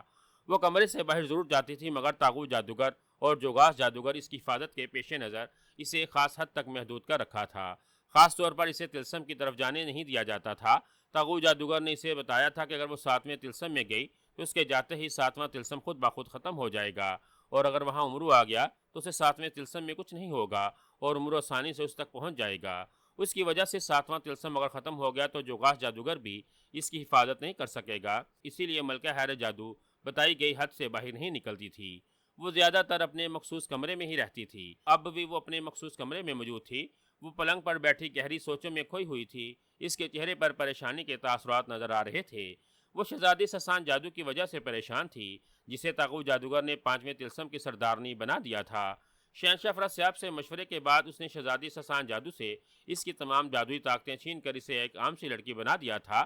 جادوئی طاقتیں چھین جانے پر شہزادی سسان جادو خوب چیخی چلائی تھی، مگر ملکہ حیر جادو کو بھلا اس کے چیخنے چلانے کا کیا اثر ہو سکتا تھا؟ اس نے شہزادی سسان جادو کو ایک عام لڑکی بنا کر اس کے کمرے میں چھوڑ دیا تھا۔ پھر اچانک اس کے پاس طاغوت جادوگر آ گیا۔ طاغوت جادوگر نے ملکہ حیر جادو سے کہا کہ وہ شہزادی سسان جادو کو لینے آیا ہے۔ ملکہ حیر جادو کو حیرت ہوئی کہ وہ طاغوت جادوگر اس کی بیٹی کو کہاں لے جانا چاہتا ہے، جس پر طاغوت جادوگر نے اسے بتایا تھا کہ وہ شہزادی سسان جادو کو خفیہ محل کے 5ویں طلسم کے سردارنی بنانا چاہتا ہے۔ اسے سردارنی بنائے بغیر اس کا 5واں طلسم مکمل نہیں ہو سکتا تھا۔ ملکہ حیرت جادو کو بلا اس پر کیا اعتراض تھا؟ اس نے طاغوت جادوگر کو بخوشی شہزادی سسان جادو کو لے جانے کی اجازت دے دی تھی۔ طاغوت جادوگر کے کہنے پر ملکہ حیرت جادو نے شہزادی سسان جادو کو اس کی ساری جادوئی طاقتیں بھی واپس دے دی تھیں۔ پھر طاغوت جادوگر نے ملکہ حیرت جادو کے سامنے اچانک شہزادی سسان جادو پر کرسامہ کا جادو کر دیا تھا۔ کرسامہ جادو کے اثر ہوتے ہی شہزادی سسان جادو کا ذہن پلٹ گیا تھا۔ ذہن پلٹتے ہی اس نے طاغوت جادوگر اور ملکہ حیرت جادو کو سب کچھ بتا دیا کہ خفیہ محل میں آنے سے پہلے اس نے اپنا سایہ امرو کے پاس بھیجا تھا اور اسے تمام حالات سے آگاہ کر دیا تھا، اور اب وہ وہاں امرو کے آنے کا انتظار کر رہی تھی۔ اسے یقین تھا کہ امرو سے اس خفیہ محل سے نکالنے کے لیے ضرور آئے گا اور وہ طاغوت جادوگر اور جغاث جادوگر کو بھی ہلاک کر دے گا۔ اس کی باتیں سن کر طاغوت جادوگر ملکہ حیرت جادو کو بے حد غصہ آیا۔ ملکہ حیرت جادو کو اس بات کا بھی غصہ تھا کہ اس کی بیٹی ایک بار پھر اس سے غداری کر رہی تھی اور اس نے امرو کے رنگ میں رنگ کر کے اس کے ساتھ عیاری کی تھی، اور اس کی اور جغاث جادوگر کی شادی نہ ہو سکے اور طاغوت جادوگر اس پر جادو کر کے اس کا ذہن نہ پلٹ سکے۔ جبکہ طاغوت جادوگر کو شہزادی سسان جادو پر اس کی بات پر غصہ تھا کہ وہ اس کی اور اس کے بیٹے کی ہلاکت کی خواہاں تھیں۔ شہزادی سسان جادو کا طاغوت جادوگر نے ذہن پلٹ دیا تھا، اسی لیے ملکہ حیرت جادو کو اطمینان ہو گیا تھا کہ وہ اب ان کے ساتھ کوئی غداری نہیں کر سکے گی، بلکہ 5ویں طلسم کی سردارنی بن جانے کے بعد اگر امرو وہاں آ جاتا تو وہ امرو کی سب سے بڑی دشمن بن جاتی اور اس وقت تک چین نہ لیتی جب تک وہ اپنے ہاتھوں سے امرو کو ہلاک نہ کر دیتی۔ طاغوت جادوگر شہزادی سسان جادو کا دماغ پلٹ کر اسے سردارنی بنا کر 5ویں طلسم میں لے گیا تھا، اور اب محل کے اس حصے میں ملکہ حیرت جادو اکیلی رہ گئی تھی۔ اس کی دیکھ بھال اور خدمت کے لیے وہاں بے شمار جادوئی محافظ اور کنیزیں تھیں، مگر وہ سب اس کے کمرے میں تب آتے تھے جب ملکہ حیرت جادو آواز دے کر انہیں خود نہ بلا لے، ورنہ اس کے کمرے میں آنے کو کسی کو اجازت نہ تھی۔ اس کے کمرے کے دروازے پر طاغوت جادوگر نے ایک حصار باندھ دیا تھا تاکہ جو بھی ملکہ حیرت جادو کی اجازت کے بغیر اس کمرے میں داخل ہونے کی کوشش کرے، اس حصار کی وجہ سے وہیں جل کر بزم ہو جائے۔ ملکہ حیرت جادو کے پاس شہنشاہ افراسیاب کے پیغامات طاغوت جادوگر کا خوفناک غلام شیش بونا لاتا تھا، اور وہ طاغوت جادوگر کے حکم سے ملکہ حیرت جادو کی خیریت دریافت کرنے بھی آ جاتا تھا۔ ایک مرتبہ جب شیش بونا اس کی خیریت دریافت کرنے کے لیے اس کے پاس آیا تو ملکہ حیرت جادو اس سے 5ویں طلسم کے بارے میں پوچھنے لگی۔ شیش بونا اسے 5ویں طلسم کے بارے میں بتانے لگا۔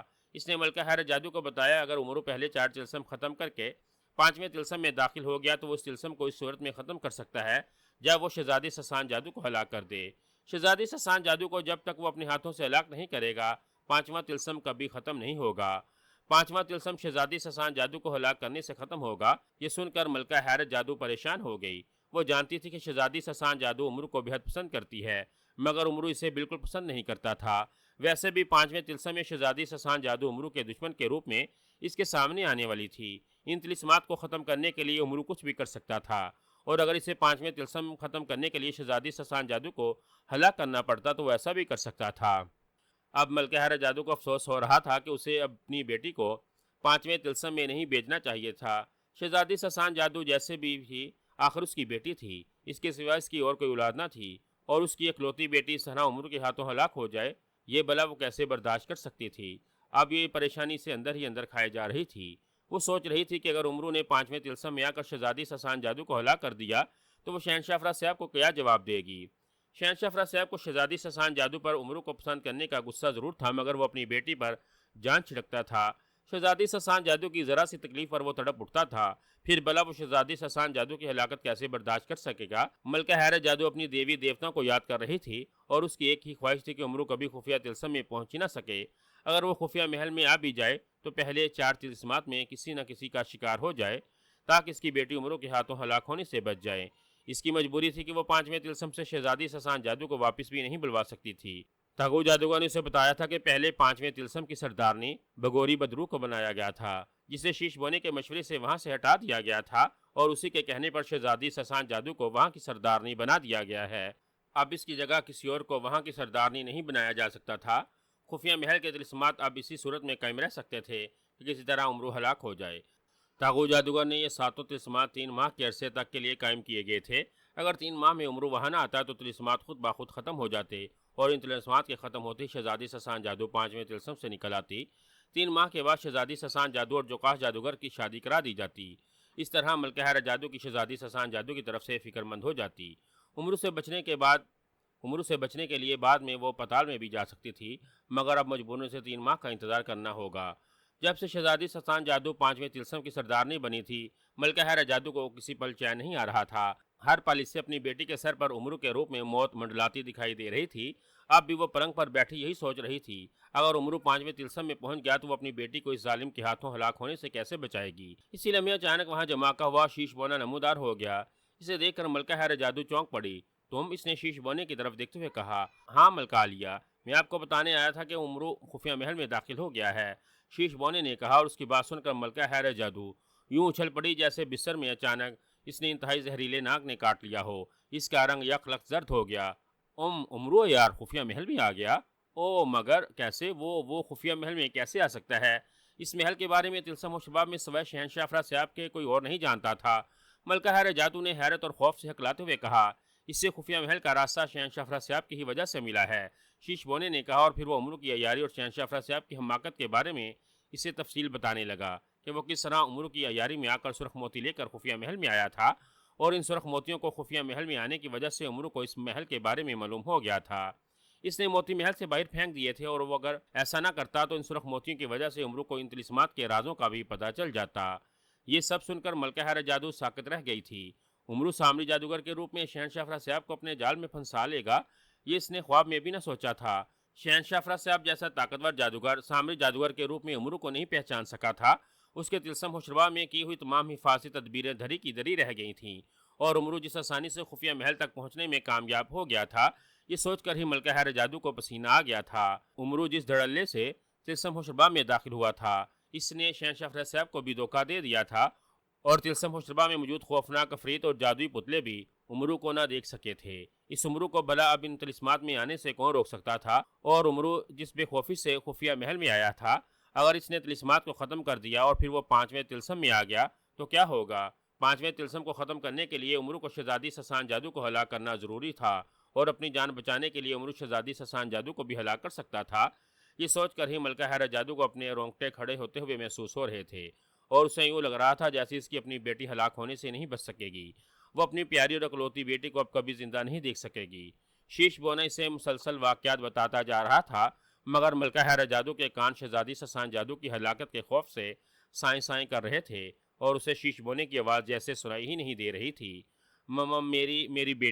میری بیٹی سسان جادو کو ظالم امرو سے بچا لو شیش بونے، امرو سے ہلاک کر دے گا۔ وہ اچانک ملکہ حیرہ جادو نے ہذیانی انداز میں چیختے ہوئے کہا۔ شہزادی سسان جادو کی ہلاکت کا خوف اس پر اس قدر غالب آ گیا تھا کہ اسے اپنے دل و دماغ میں اندھیرے سے بھرتے ہوئے محسوس ہو رہے تھے۔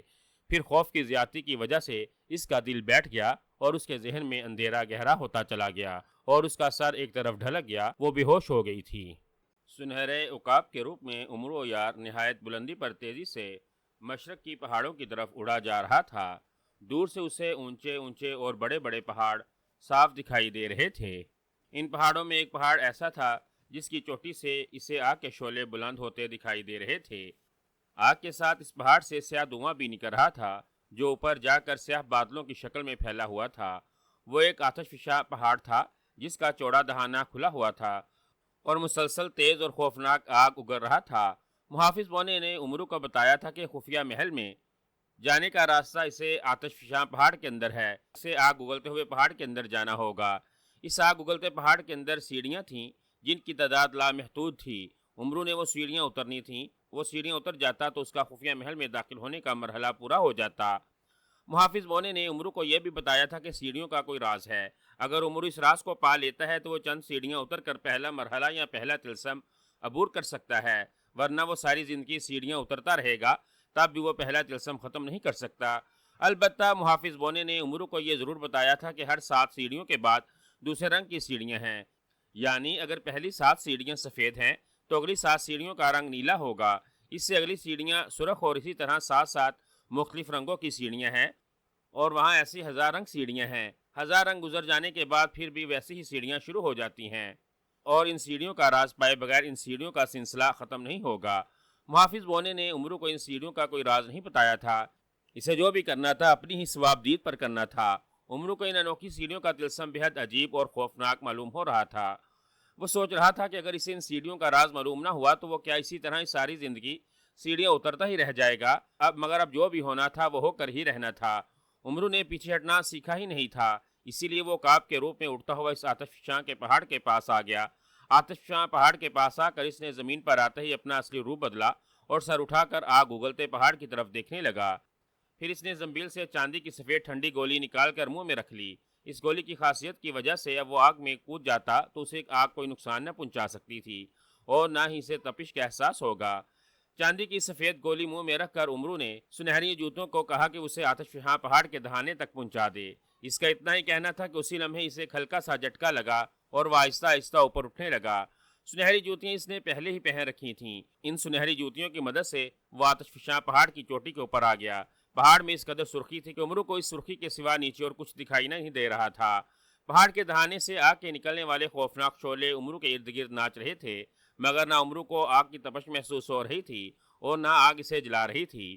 عمرو نے دل ہی دل میں اللہ تعالیٰ کو یاد کیا اور پھر اس نے سنہری جوتیوں کو حکم دیا کہ اسے آتش فشاں پہاڑ کے اندر لے جائے۔ اسی لمحے عمرو کا جسم آہستہ آہستہ نیچے جانے لگا اور پھر وہ آگ اگلتے آتش فشاں پہاڑ کے اندر اترتا چلا گیا۔ اس کا سارا جسم سرخ اور خوفناک آگ میں چھپ گیا تھا۔ بڑکتی ہوئی خوفناک آگ زور زور سے چنگاڑیاں مار رہی تھی اور ان خوفناک آوازوں سے عمرو کو اپنے کانوں کے پردے پھٹتے ہوئے محسوس ہو رہے تھے۔ اسے یوں لگ رہا تھا جیسے اس آگ میں ہر طرف بڑے اور خوفناک اژدھے چھپے ہوئے ہیں اور وہ چنگاڑ رہے ہیں۔ اس کی آنکھوں کے سامنے سرخی ہی سرخی پھیلی ہوئی تھی اور سنہری جوتیاں اسے لیے نیچے ہی نیچے جاتی جا رہی تھیں۔ اس نے کچھ سوچ کر آنکھیں بند کر لیں اور اپنے ذہن کو ہر قسم کے خیالات سے آزاد کرا لیا۔ وہ کافی دیر تک اسی طرح مسلسل نیچے ہی نیچے جاتا رہا، پھر اسے ایک ہلکا سا جھٹکا لگا اور اس کا نیچا جاتا ہوا جسم جیسے ہوا میں رک گیا۔ اس کے پیر نیچے ٹھوس زمین سے نہیں لگے تھے۔ جیسے ہی وہ رکا، آگ کی چنگاڑتی ہوئی آواز یک لخت خاموش ہو گئی اور وہاں اس قدر گہرا سکوت چھا گیا کہ عمرو کو اپنے سانس لینے کی آواز بھی سنائی دینے لگی۔ اس نے آنکھیں کھول لی تو اس کی آنکھوں کے سامنے آگ کی سرخی ختم ہو چکی تھی۔ اب وہاں کہیں آگ دکھائی نہیں دے رہی تھی، وہاں تاریکی تھی، مگر عمرو نے چونکہ آنکھوں میں سلیمانی سرما لگا رکھا تھا اسی لیے اسے اندھیرا ہونے کے باوجود صاف دکھائی دے رہا تھا۔ اسے اپنے چاروں طرف چٹانوں کی گول دیواریں دکھائی دے رہی تھیں۔ اس نے نیچے دیکھا تو اسے نیچے سیڑھیاں اترتی دکھائی دیں۔ سیڑھیاں واقعی رنگ برنگی تھیں اور وہ خاص انداز میں چکر کھاتی ہوئی نیچے جاتی دکھائی دے رہی تھیں۔ عمرو نے سر اوپر اٹھایا تو اسے یوں لگا جیسے وہ کسی بند کنویں میں آ گیا ہو۔ اس کے پیر سیڑھیوں سے کافی اوپر تھے۔ عمرو یار! اچانک عمرو نے ایک گرجتی ہوئی اور نہایت خوفناک آواز سنی۔ آواز بے حد تیز تھی۔ کون ہے یہاں؟ عمرو نے چونکتے ہوئے کہا اور حیرت سے ادھر ادھر دیکھنے لگا، مگر اسے وہاں کوئی دکھائی نہیں دے رہا تھا۔ تم خفیہ محل کے طلسمات میں آ چکے ہو عمرو یار۔ خفیہ محل میں طلسمات چونکہ تمہارے لیے بنائے گئے ہیں، اسی لیے تم خفیہ محل کی بجائے براہ راست ان طلسمات میں پہنچ گئے ہو۔ جب تک تم خفیہ محل کے ساتھ طلسمات سے گزر کر نہیں جاتے، تم محل میں داخل نہیں ہو سکو گے۔ یہ خوفناک اور ناقابل تخیل طلسمات تاغو جادوگر نے بنائے ہیں۔ میں شیش بونا ہوں۔ تاغو جادوگر نے مجھے ان طلسمات کا رکھوالا بنایا ہے۔ میں تمہیں ان طلسمات کے خوفناک پن کے بارے میں بتاؤں گا۔ جادوگروں کے اصولوں کے مطابق تمہیں تمام طلسمات کے بارے میں تفصیل بتائی جائے گی تاکہ تمہیں ان طلسمات کی خوفناکی کا صحیح اندازہ ہو سکے اور ان طلسمات سے گزرنے اور ان کو فتح کرنے کا خیال تم اپنے دل سے نکال دو اور ان طلسمات کو ختم کرنے کے بجائے تم خودکشی کو ترجیح دے سکو۔ میں تمہیں طلسمات کے بارے میں سب کچھ بتاؤں گا، مگر ان طلسمات کو ختم کرنے کے جو راز ہیں ان کے بارے میں تمہیں کچھ نہیں بتاؤں گا۔ طلسمات کو ختم کرنے کے راز تمہیں خود ہی معلوم کرنے ہوں گے۔ جب تک تم ان رازوں کو نہیں پالو گے اس وقت تک تم ان طلسمات کو ختم نہیں کر سکو گے۔ ایک طلسم کے ختم ہوتے ہی تم خود بخود دوسرے طلسم میں پہنچ جاؤ گے، اور اگر تم کسی طلسم کا راز نہ جان سکے تو وہ طلسم تمہارے لیے موت کا طلسم بن جائے گا۔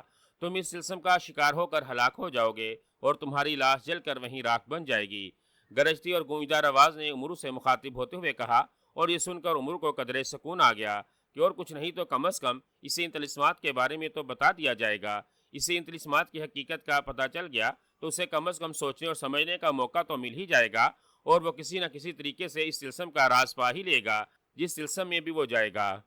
ٹھیک ہے، میں سمجھ گیا، اب تم مجھے پہلے طلسم کے بارے میں بتاؤ، عمرو نے کہا۔ نیچے تمہیں ساتھ ساتھ رنگ برنگی سیڑھیاں دکھائی دے رہی ہیں۔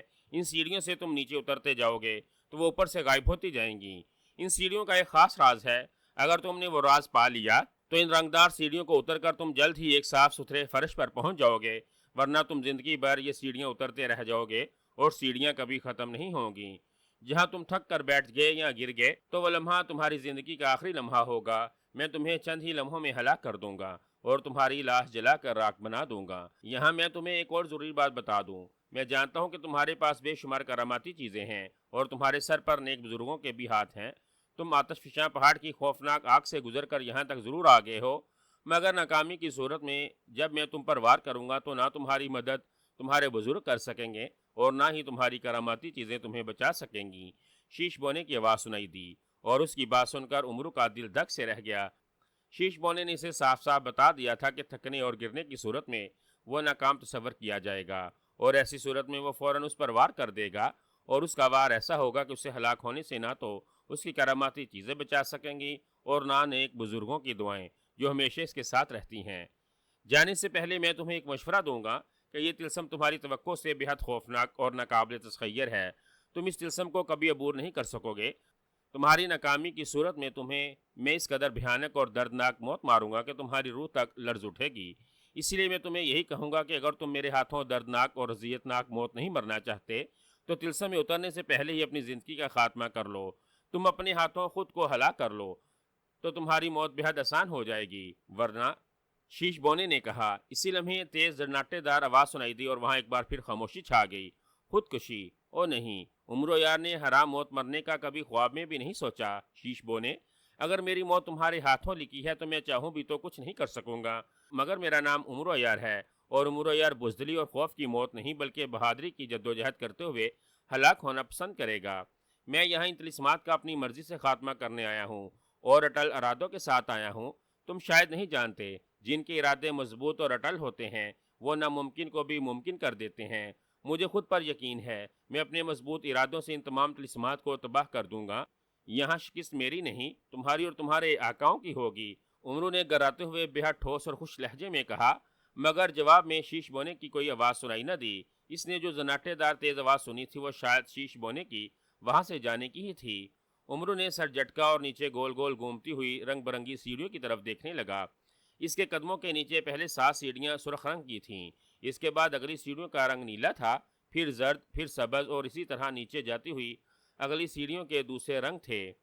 سیڑھیاں بالکل صاف تھیں، وہاں رنگ کے سوا دوسرا کوئی نشان نظر نہیں آ رہا تھا۔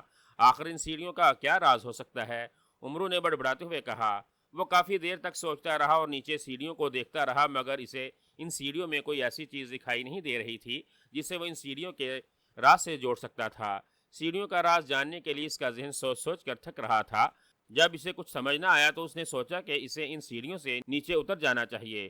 ہو سکتا ہے کہ آگے سیڑھیاں اتر کر اسے کچھ دکھائی دے جائے اور اسے سیڑھیوں پر یا سیڑھیوں کے آس پاس کوئی ایسی چیز مل جائے جس سے اسے راز کا علم ہو جائے۔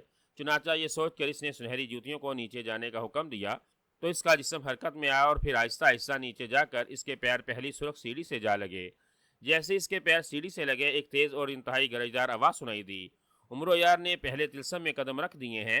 آواز اس قدر تیز اور خوفناک تھی جیسے بادل گرج رہے ہوں۔ آواز سیڑھیوں سے آئی تھی اور باز گشت کرتی ہوئی اوپر اٹھتی چلی گئی تھی۔ طاغوت جادوگر اپنے مخصوص چبوترے نما ستون پر بیٹھا آنکھیں بند کیے منہ ہی منہ میں کچھ پڑھ رہا تھا کہ اچانک وہ ستون جس پر وہ بیٹھا تھا بری طرح سے لرز اٹھا۔ ساتھ ایک تیز اور انتہائی گرجدار آواز سنائی دی۔ عمرو یار نے پہلے طلسم میں قدم رکھ دیے ہیں۔ آواز میں بادلوں کی سی گنگرج تھی۔ اس آواز کو سنتے ہی طاغوت جادوگر کے ہلتے ہوئے ہونٹ رک گئے اور اس نے فوراً آنکھیں کھول دیں۔ عمرو یار پہلے طلسم میں آ گیا ہے۔ اوہ، یہ میں کیا سن رہا ہوں؟ طاغوت جادوگر نے حیرت سے بڑبڑاتے ہوئے کہا۔ اسی لمحے جماکہ ہوا اور اس کے سامنے شیش بونا آ گیا۔ شیش بونے، یہ میں کیا سن رہا ہوں؟ عمرو ہفت شکل طلسم کے پہلے مرحلے میں آ گیا ہے؟ طاغوت جادوگر نے شیش بونے کو دیکھ کر حیرت زدہ لہجے میں پوچھا۔ ہاں آقا، عمرو آ گیا ہے اور اس نے اپنی مرضی سے پہلے طلسم میں قدم رکھ دیے ہیں۔ شیش بونے نے بڑے مؤدبانہ لہجے میں کہا۔ اوہ، یہ کیسے ہو گیا؟ وہ آتش فشاں پہاڑ میں کیسے داخل ہو گیا؟ آتش فشاں پہاڑ کی بھڑکتی ہوئی اور خوفناک آگ نے اسے جلا کر بزم کیوں نہیں کیا؟ اسے تو آگ میں گرتے ہی جل کر راکھ بن جانا چاہیے تھا، طاغوت جادوگر نے کہا۔ اس کے لہجے میں بدستور حیرت تھی۔ عمرو کے پاس کراماتی چیزیں ہیں آقا، وہ اپنی کسی کراماتی چیز کی وجہ سے اس آگ میں زندہ جل کر مرنے سے بچ گیا ہوگا، شیش بونے نے جواب دیتے ہوئے کہا۔ کراماتی چیزیں؟ کون سی کراماتی چیزیں ہیں اس کے پاس؟ طاغوت جادوگر نے کہا۔ میں اس کی کراماتی چیزوں کی تفصیل نہیں جانتا آقا، میرے علم میں صرف اتنا ہے کہ عمرو کو نیک بزرگوں، پریوں، جنوں اور دیوں نے بے شمار کراماتی چیزیں دے رکھی ہیں۔ ان کراماتی چیزوں کے بر وقت استعمال سے وہ اپنا بڑے سے بڑا مسئلہ فوراً حل کر لیتا ہے۔ اپنی عیاریوں اور ان کراماتی چیزوں کی وجہ سے وہ اب تک کامیاب ہوتا رہا ہے، شیش بونے نے کہا۔ اوہ تو تم نے اسے یہاں کراماتی چیزیں لانے کیوں دیں؟ جاؤ جا کر اس سے اس کا سب کچھ چھین لو، اس کے پاس کوئی کراماتی چیز نہیں رہنی چاہیے۔ طاغوت جادوگر نے گرج کر کہا، نہیں آقا، میں اسے اس کی کوئی کراماتی چیز حاصل نہیں کر سکتا۔ اگر میں نے یا آپ نے کسی بھی طریقے سے اس کی کراماتی چیزیں حاصل کرنے کی کوشش کی تو نیکی کی وہ طاقتیں فوراً حرکت میں آ جائیں گی جنہوں نے عمرو کو اتنا سب کچھ دے رکھا ہے۔ اگر نیکی کی طاقتیں حرکت میں آ گئیں تو ہمارے یہ تلسم ریت کے کروندوں کی طرح تباہ و برباد ہو جائیں گے۔ پھر نہ آپ زندہ رہیں گے، نہ میں، نہ آپ کا بیٹا جوگاس جادوگر، اور نہ ہی خفیہ محل میں موجود کوئی بھی زیرو۔ شیش بونے نے کہا، اور اس کی بات سن کر طاغوت جادوگر کا رنگ اور زیادہ سیاہ ہو گیا۔ کیا نیکی کی وہ طاقتیں مجھ سے زیادہ طاقتور ہیں جو ان کے حرکت میں آنے سے یہ سب کچھ ختم ہو جائے گا؟ طاغوت جادوگر نے کہا، ہاں آقا، ہم سب کچھ کر سکتے ہیں، مگر نیکی کی طاقتوں کا مقابلہ کرنا ہمارے بس کی بات نہیں۔ آپ ان معاملات میں نہ ہی الجھیں تو بہتر ہوگا، اور ویسے بھی اب عمرو تلسم میں آ چکا ہے۔ جادوگروں کے اصولوں کے مطابق اسے بہرحال یہ موقع ضرور دیا جائے گا کہ وہ ان طلسمات کو ختم کرنے کی کوشش کر سکے۔ ناکامی کی صورت میں عمرو کو اب اس تلسم میں اور اسی طریقے سے ہلاک کیا جا سکتا ہے جیسا کہ آپ نے طلسمات بناتے وقت انتظامات کیے تھے۔ اب عمرو کو کسی دوسرے طریقے سے ہلاک نہیں کیا جا سکتا، نہ اس سے اس کی کراماتی چیزوں کو حاصل کیا جا سکتا ہے۔ اب آپ بھی ان طلسمات کو نہیں بدل سکتے۔ اگر آپ نے جادوگروں کے اصولوں کی خلاف ورزی کرتے ہوئے ایسا کچھ کیا تو یہ طلسمات خود بخود ختم ہو جائیں گے اور عمرو کو کامیاب قرار دے دیا جائے گا۔ ایسی صورت میں کیا ہوگا یہ مجھ سے زیادہ آپ جانتے ہیں، شیش بونا کہتا چلا گیا۔ او نہیں، مجھے جادوگروں کے اصولوں کے بارے میں مت بتاؤ، میں سارے اصول جانتا ہوں۔ طاغوت جادوگر نے غصیلے لہجے میں کہا۔ جو حکم آقا، شیش بونے نے سر جھکا کر مودبانہ لہجے میں کہا۔ میرے سامنے روشن پردہ لاؤ، میں عمرو کو تلسم میں ناکام ہوتا خود اپنی آنکھوں سے دیکھنا چاہتا ہوں۔ وہ کچھ بھی کر لے، میرے طلسمات کو ختم کرنا اس کے لیے ناممکن ہے، قطعی ناممکن، طاغوت جادوگر نے کہا۔ جو حکم آقا، شیش بونے نے کہا، اور اس نے فوراً طاغوت جادوگر کے سامنے ایک سیاہ پردہ تان دیا۔ پردے پر بجلیاں سی چمکی اور پردہ روشن ہو گیا، اور پردے پر ایک منظر واضح ہو گیا۔ منظر میں عمرو پہلے تلسم کی سیڑھیاں اترتا نیچے جا رہا تھا۔ وہ نہایت تیزی سے نیچے اتر رہا تھا۔ جیسے ہی ایک رنگ کی سیڑھی ختم ہوتی وہ سیڑھیاں یک لخت غائب ہو جاتی۔ ہا ہا ہا، دیکھا، میں نے کہا تھا نا، عمرو میرے تلسم کو کبھی ختم نہیں کر سکے گا۔ دیکھو، اپنی آنکھوں سے دیکھو، وہ احمقوں کی طرح سیڑھیاں اتر رہا ہے۔ اس کی زندگی ہزاروں سالوں کی بھی ہو، وہ رکے بغیر ان سیڑھیوں سے اترتا رہے گا تو وہ پہلے تلسم کو کبھی ختم نہیں کر سکے گا۔ طاغوت جادوگر نے کہکا لگاتے ہوئے بڑے فاخرانہ لہجے میں کہا، آپ ٹھیک کہہ رہے ہیں آقا، اس طرح سیڑھیاں اترنے سے عمرو کو کوئی فائدہ نہیں ہوگا جب تک وہ ان سیڑھیوں کا راز نہیں جان لیتا۔ وہ سیڑھیاں اترتا اترتا تھک جائے گا، اور وہ جیسے ہی تھک کر رکے گا میں اس پر موت بن کر جھپٹ پڑوں گا۔ میرے ہاتھوں ہلاک ہونے سے پھر اسے دنیا کی کوئی طاقت نہیں بچا سکے گی۔ شیش بونے نے کہا، اس جیسا احمق اور بڑا انسان بھلا سیڑھیوں کا راز کیسے جان سکتا ہے؟ جاؤ، پہلے تلسم میں جاؤ۔ عمرو کے چہرے پر تھکاوٹ نظر آ رہی ہے، وہ کسی بھی لمحے تھک کر رک جائے گا یا پھر گر جائے گا۔ جیسے ہی وہ رکے یا گرے تم اسے زندہ رہنے کا ایک بھی موقع نہ دینا۔ میں تمہیں اس پردے پر دیکھتا رہوں گا، تمہارے ہاتھوں عمرو ہلاک ہوگا تو مجھے سکون آ جائے گا، طاغوت جادوگر نے کہا۔ پردے پر عمرو کے چہرے پر واقع تھکاوٹ کے تاثرات نظر آ رہے تھے۔ پہلے وہ تیز تیز سیڑھیاں اتر رہا تھا، مگر اب اس کی رفتار میں سستی آ گئی تھی۔ وہ ایک ایک کر کے سیڑھی اتر رہا تھا اور اس کے چہرے پر موت کا خوف نظر آ رہا تھا۔ یوں لگ رہا تھا جیسے مسلسل سیڑھیاں اتر اتر کر اور سیڑھیوں کا راز نہ ملنے پر وہ مایوس ہو گیا ہو، اور اب یا تو وہ وہیں تھک ہار کر بیٹھ جائے گا یا پھر وہ اسی طرح سیڑھیاں اترتے اترتے تھک کر گر جائے گا۔ جو حکم آقا، میں عمرو کو ہلاک کرنے کے لیے جا رہا ہوں، شیش بونے نے کہا، اور پھر وہ جس طرح جماکے سے نمودار ہوا تھا اسی طرح جماکے کے ساتھ وہاں سے غائب ہو گیا۔ او نہیں، بڑا آیا تھا یار، اور کراماتی چیزوں کا مالک بن کر پہلے ہی تلسم میں یہ مایوس ہو گیا ہے، اور اب اس کی یہی مایوسی اس کی موت بن جائے گی، بھیانک اور خوفناک موت۔ طاغوت جادوگر نے طنزیہ اور گراہٹ بھرے لہجے میں کہا۔ اس کی نظریں روشن پردے پر جمی ہوئی تھیں، جہاں عمرو کی سیڑھیاں اترنے کی رفتار میں اب واقعی نمایاں کمی آتی جا رہی تھی۔ وہ دائیں بائیں ڈول رہا تھا، شاید گول سیڑھیاں اتر اتر کر اس کا دماغ چکرانا شروع ہو گیا تھا۔ اس کا اس طرح ڈولنا اس کی موت کا سبب بننے والا تھا۔ وہ اگر وہاں رکتا یا چکرا کر گر جاتا تو شیش بونا اسے وہیں ہلاک کر دیتا، اور عمرو طاغوت جادو کر کے ہف شکل کے پہلے ہی تلسم کا شکار بن جاتا، جس کے اثار اب عمرو کے چہرے پر بہت زیادہ واضح ہو گئے تھے۔ عمرو یار کو اپنی آنکھوں کے سامنے رنگ برنگے ستارے سے ناچتے ہوئے دکھائی دے رہے تھے۔ وہ پہلے بڑے جوش بھرے انداز میں سیڑھیاں اتر آیا تھا۔ اس کا خیال تھا کہ جلد سے جلد نیچے جائے گا تو اسے سیڑھیوں میں ایسی کوئی نہ کوئی چیز ضرور مل جائے گی جو سیڑھیوں کا راز جاننے کے لیے اس کے لیے مددگار ثابت ہوگی،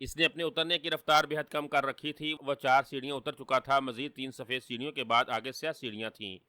سنہری ہیرے میں جیسے ہی آخری سفید سیڑھی سے اتر کر کالی سیڑھی میں قدم رکھوں تو میرا رنگ سیاہ کر دینا۔ میرا لباس، میری پگڑی اور میرے جسم کا ایک ایک بال تک سیاہ ہو جانا چاہیے، ایسا سیاہ جیسے یہ سیاہ سیڑھیاں ہیں، عمرو نے کہا۔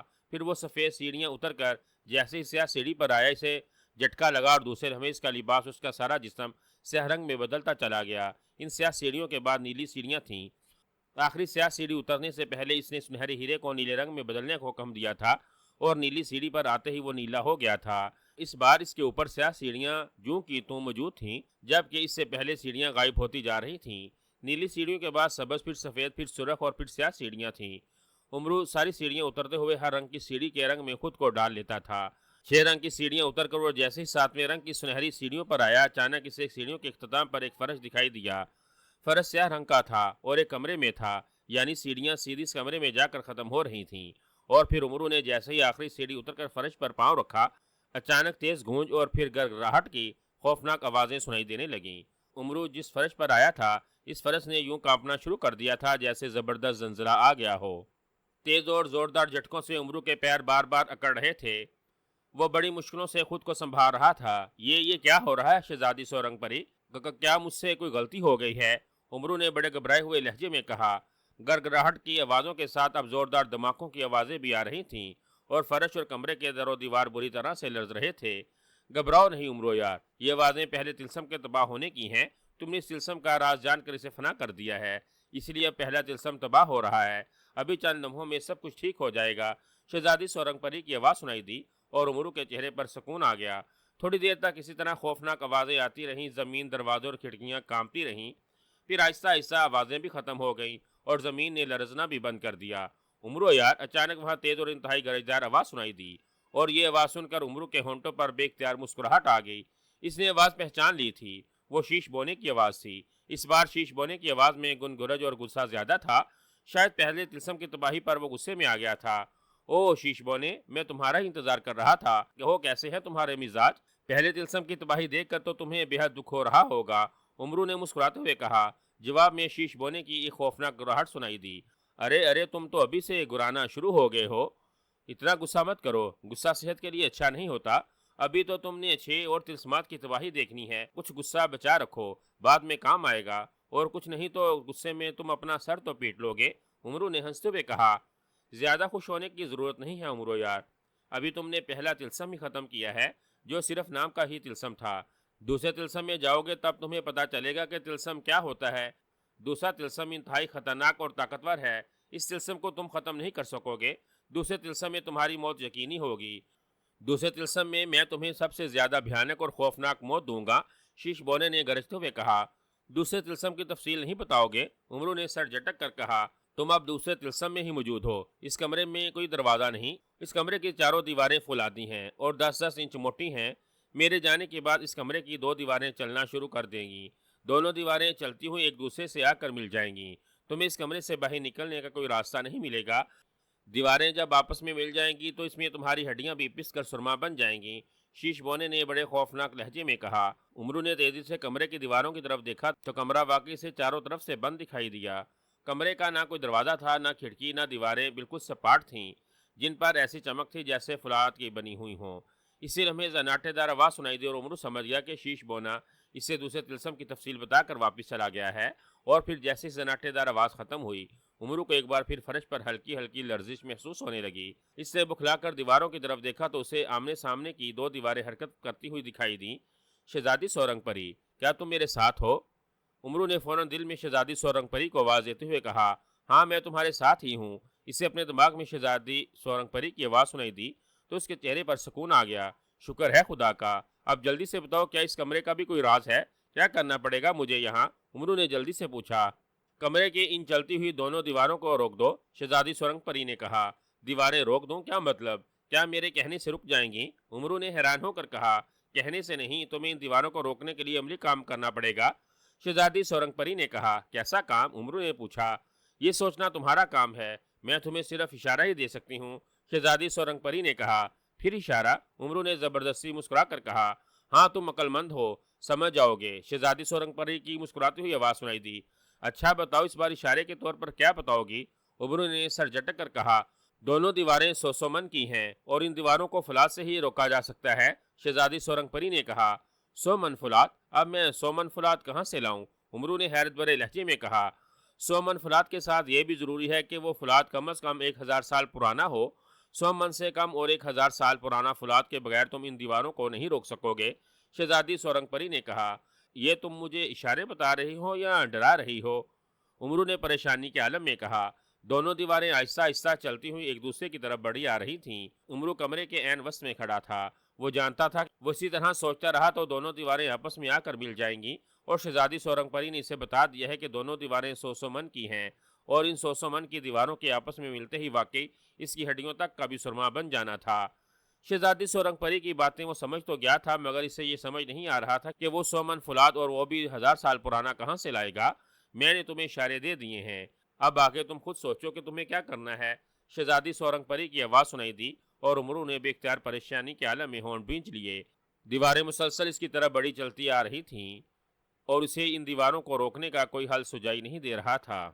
دیواریں مسلسل اس کی طرف بڑی چلی آ رہی تھیں اور عمرو کو یوں محسوس ہو رہا تھا جیسے وہ ان دیواروں کو نہیں روک سکے گا اور دونوں دیواریں آپس میں مل کر اسے پیس کر رکھ دیں گی۔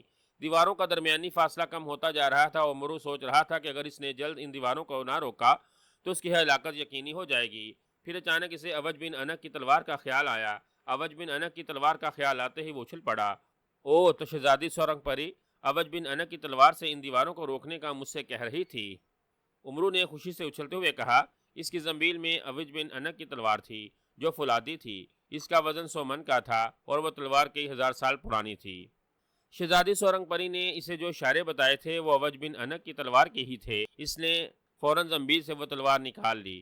اوج بن انک کی تلوار 100 من وزنی ضرور تھی، مگر عمرو کے ہاتھوں میں آتے ہی اس تلوار کا وزن عام تلوار جتنا ہو جاتا تھا، اسی لیے اسے اٹھانے میں عمرو کو کوئی مشکل نہیں ہوتی تھی۔ دیواریں اب کافی قریب آ گئی تھیں۔ عمرو نے فوراً آگے بڑھ کر تلوار کی نوک ایک دیوار سے لگا دی۔ اس نے تلوار درمیان سے پکڑ لی تھی اور تلوار کا دستہ دوسری دیوار کے ساتھ کر دیا تھا تاکہ ہی جیسے دستے سے تلوار لگے وہ اس تلوار سے وہیں رک جائے۔ چند ہی لمحوں میں دوسری دیوار اوج بن انک کی تلوار کے دستے سے آ لگی، پھر تیز گونج سی پیدا ہوئی اور دونوں دیواریں ہلنے لگیں۔ عمرو نے تلوار دونوں ہاتھوں سے پکڑ لی تھی تاکہ دیواروں کے اس طرح ہلنے سے تلوار پھسل کر گر نہ جائے۔ تلوار درمیان سے مڑ گئی، مگر وہ اوج بن انک کی تلوار تھی جو ان جادوئی دیواروں سے بلا کیسے ٹوٹ سکتی تھیں۔ پھر دونوں دیواریں رک گئیں۔ اسی لمحے زوردار گڑگڑاہٹ کی آواز سنائی دی اور کمرہ ایک بار پھر بری طرح سے لرزنے لگا۔ پھر ایک زوردار دھماکہ ہوا اور عمرو نے اپنے سامنے کی دیوار کو ٹوٹ کر گرتے دیکھا۔ آپس میں قریب آنے والی دیواروں کی وجہ سے کمرے میں ایک راہداری سی بن گئی تھی اور ٹوٹنے والی دیوار راہداری کے دوسرے سرے کی تھی جہاں کافی بڑا خلاصہ بن گیا تھا۔ عمرو یار اس ٹوٹی ہوئی دیوار کی طرف بھاگو جلدی، شہزادی سورنگ پری کی اسے دماغ میں چیختی ہوئی آواز سنائی دی۔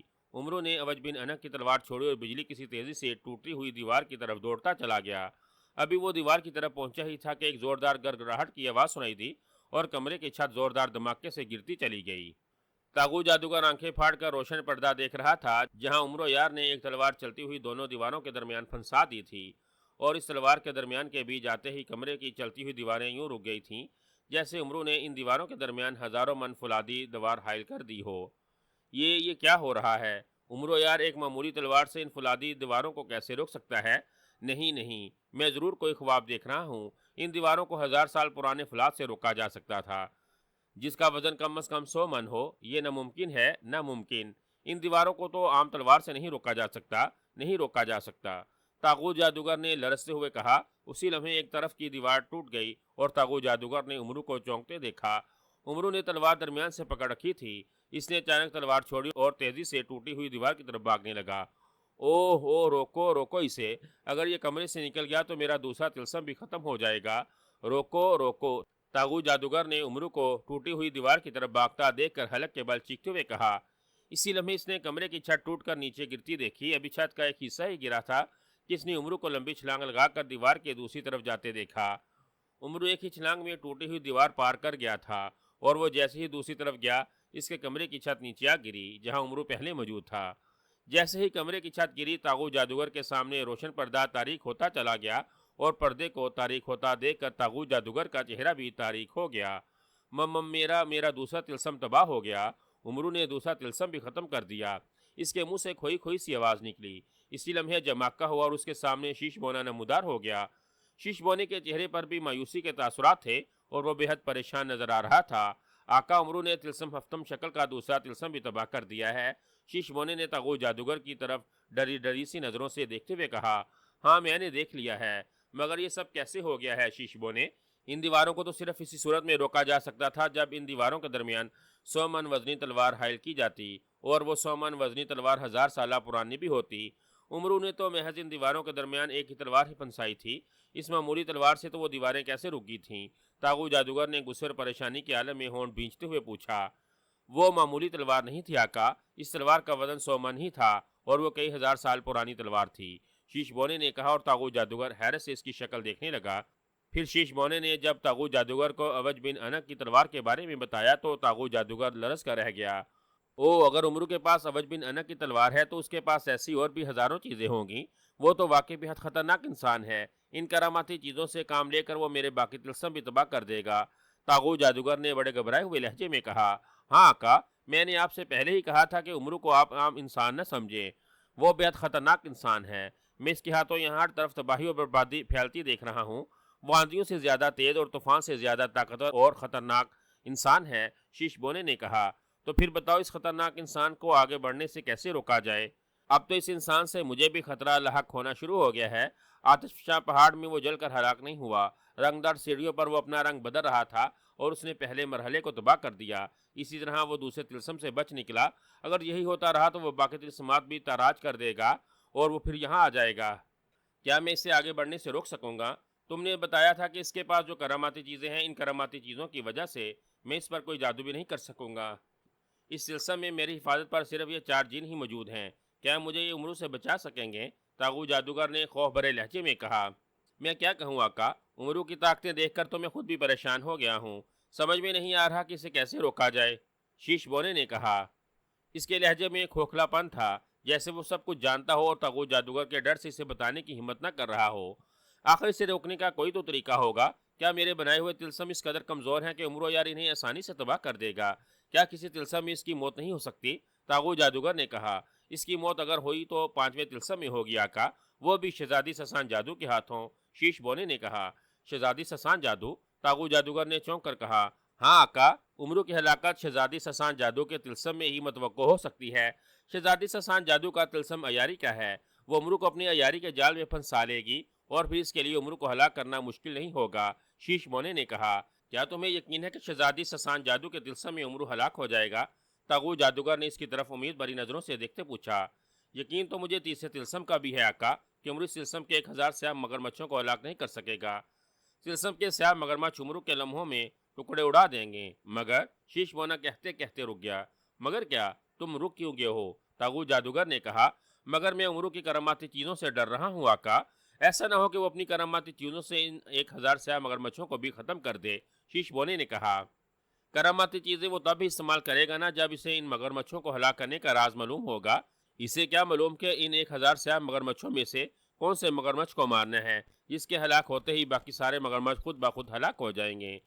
سیاہ مگرمچھوں کا سردار عمرو کے سامنے نہیں آئے گا، اور عمرو یار کو اگر سردار مگرمچھ کا پتہ چل بھی گیا تو اس سے پہلے کہ وہ اس کے قریب جائے، دوسرے مگرمچھ اس پر حملہ کر دیں گے اور اسے فوراً ہلاک کر دیں گے۔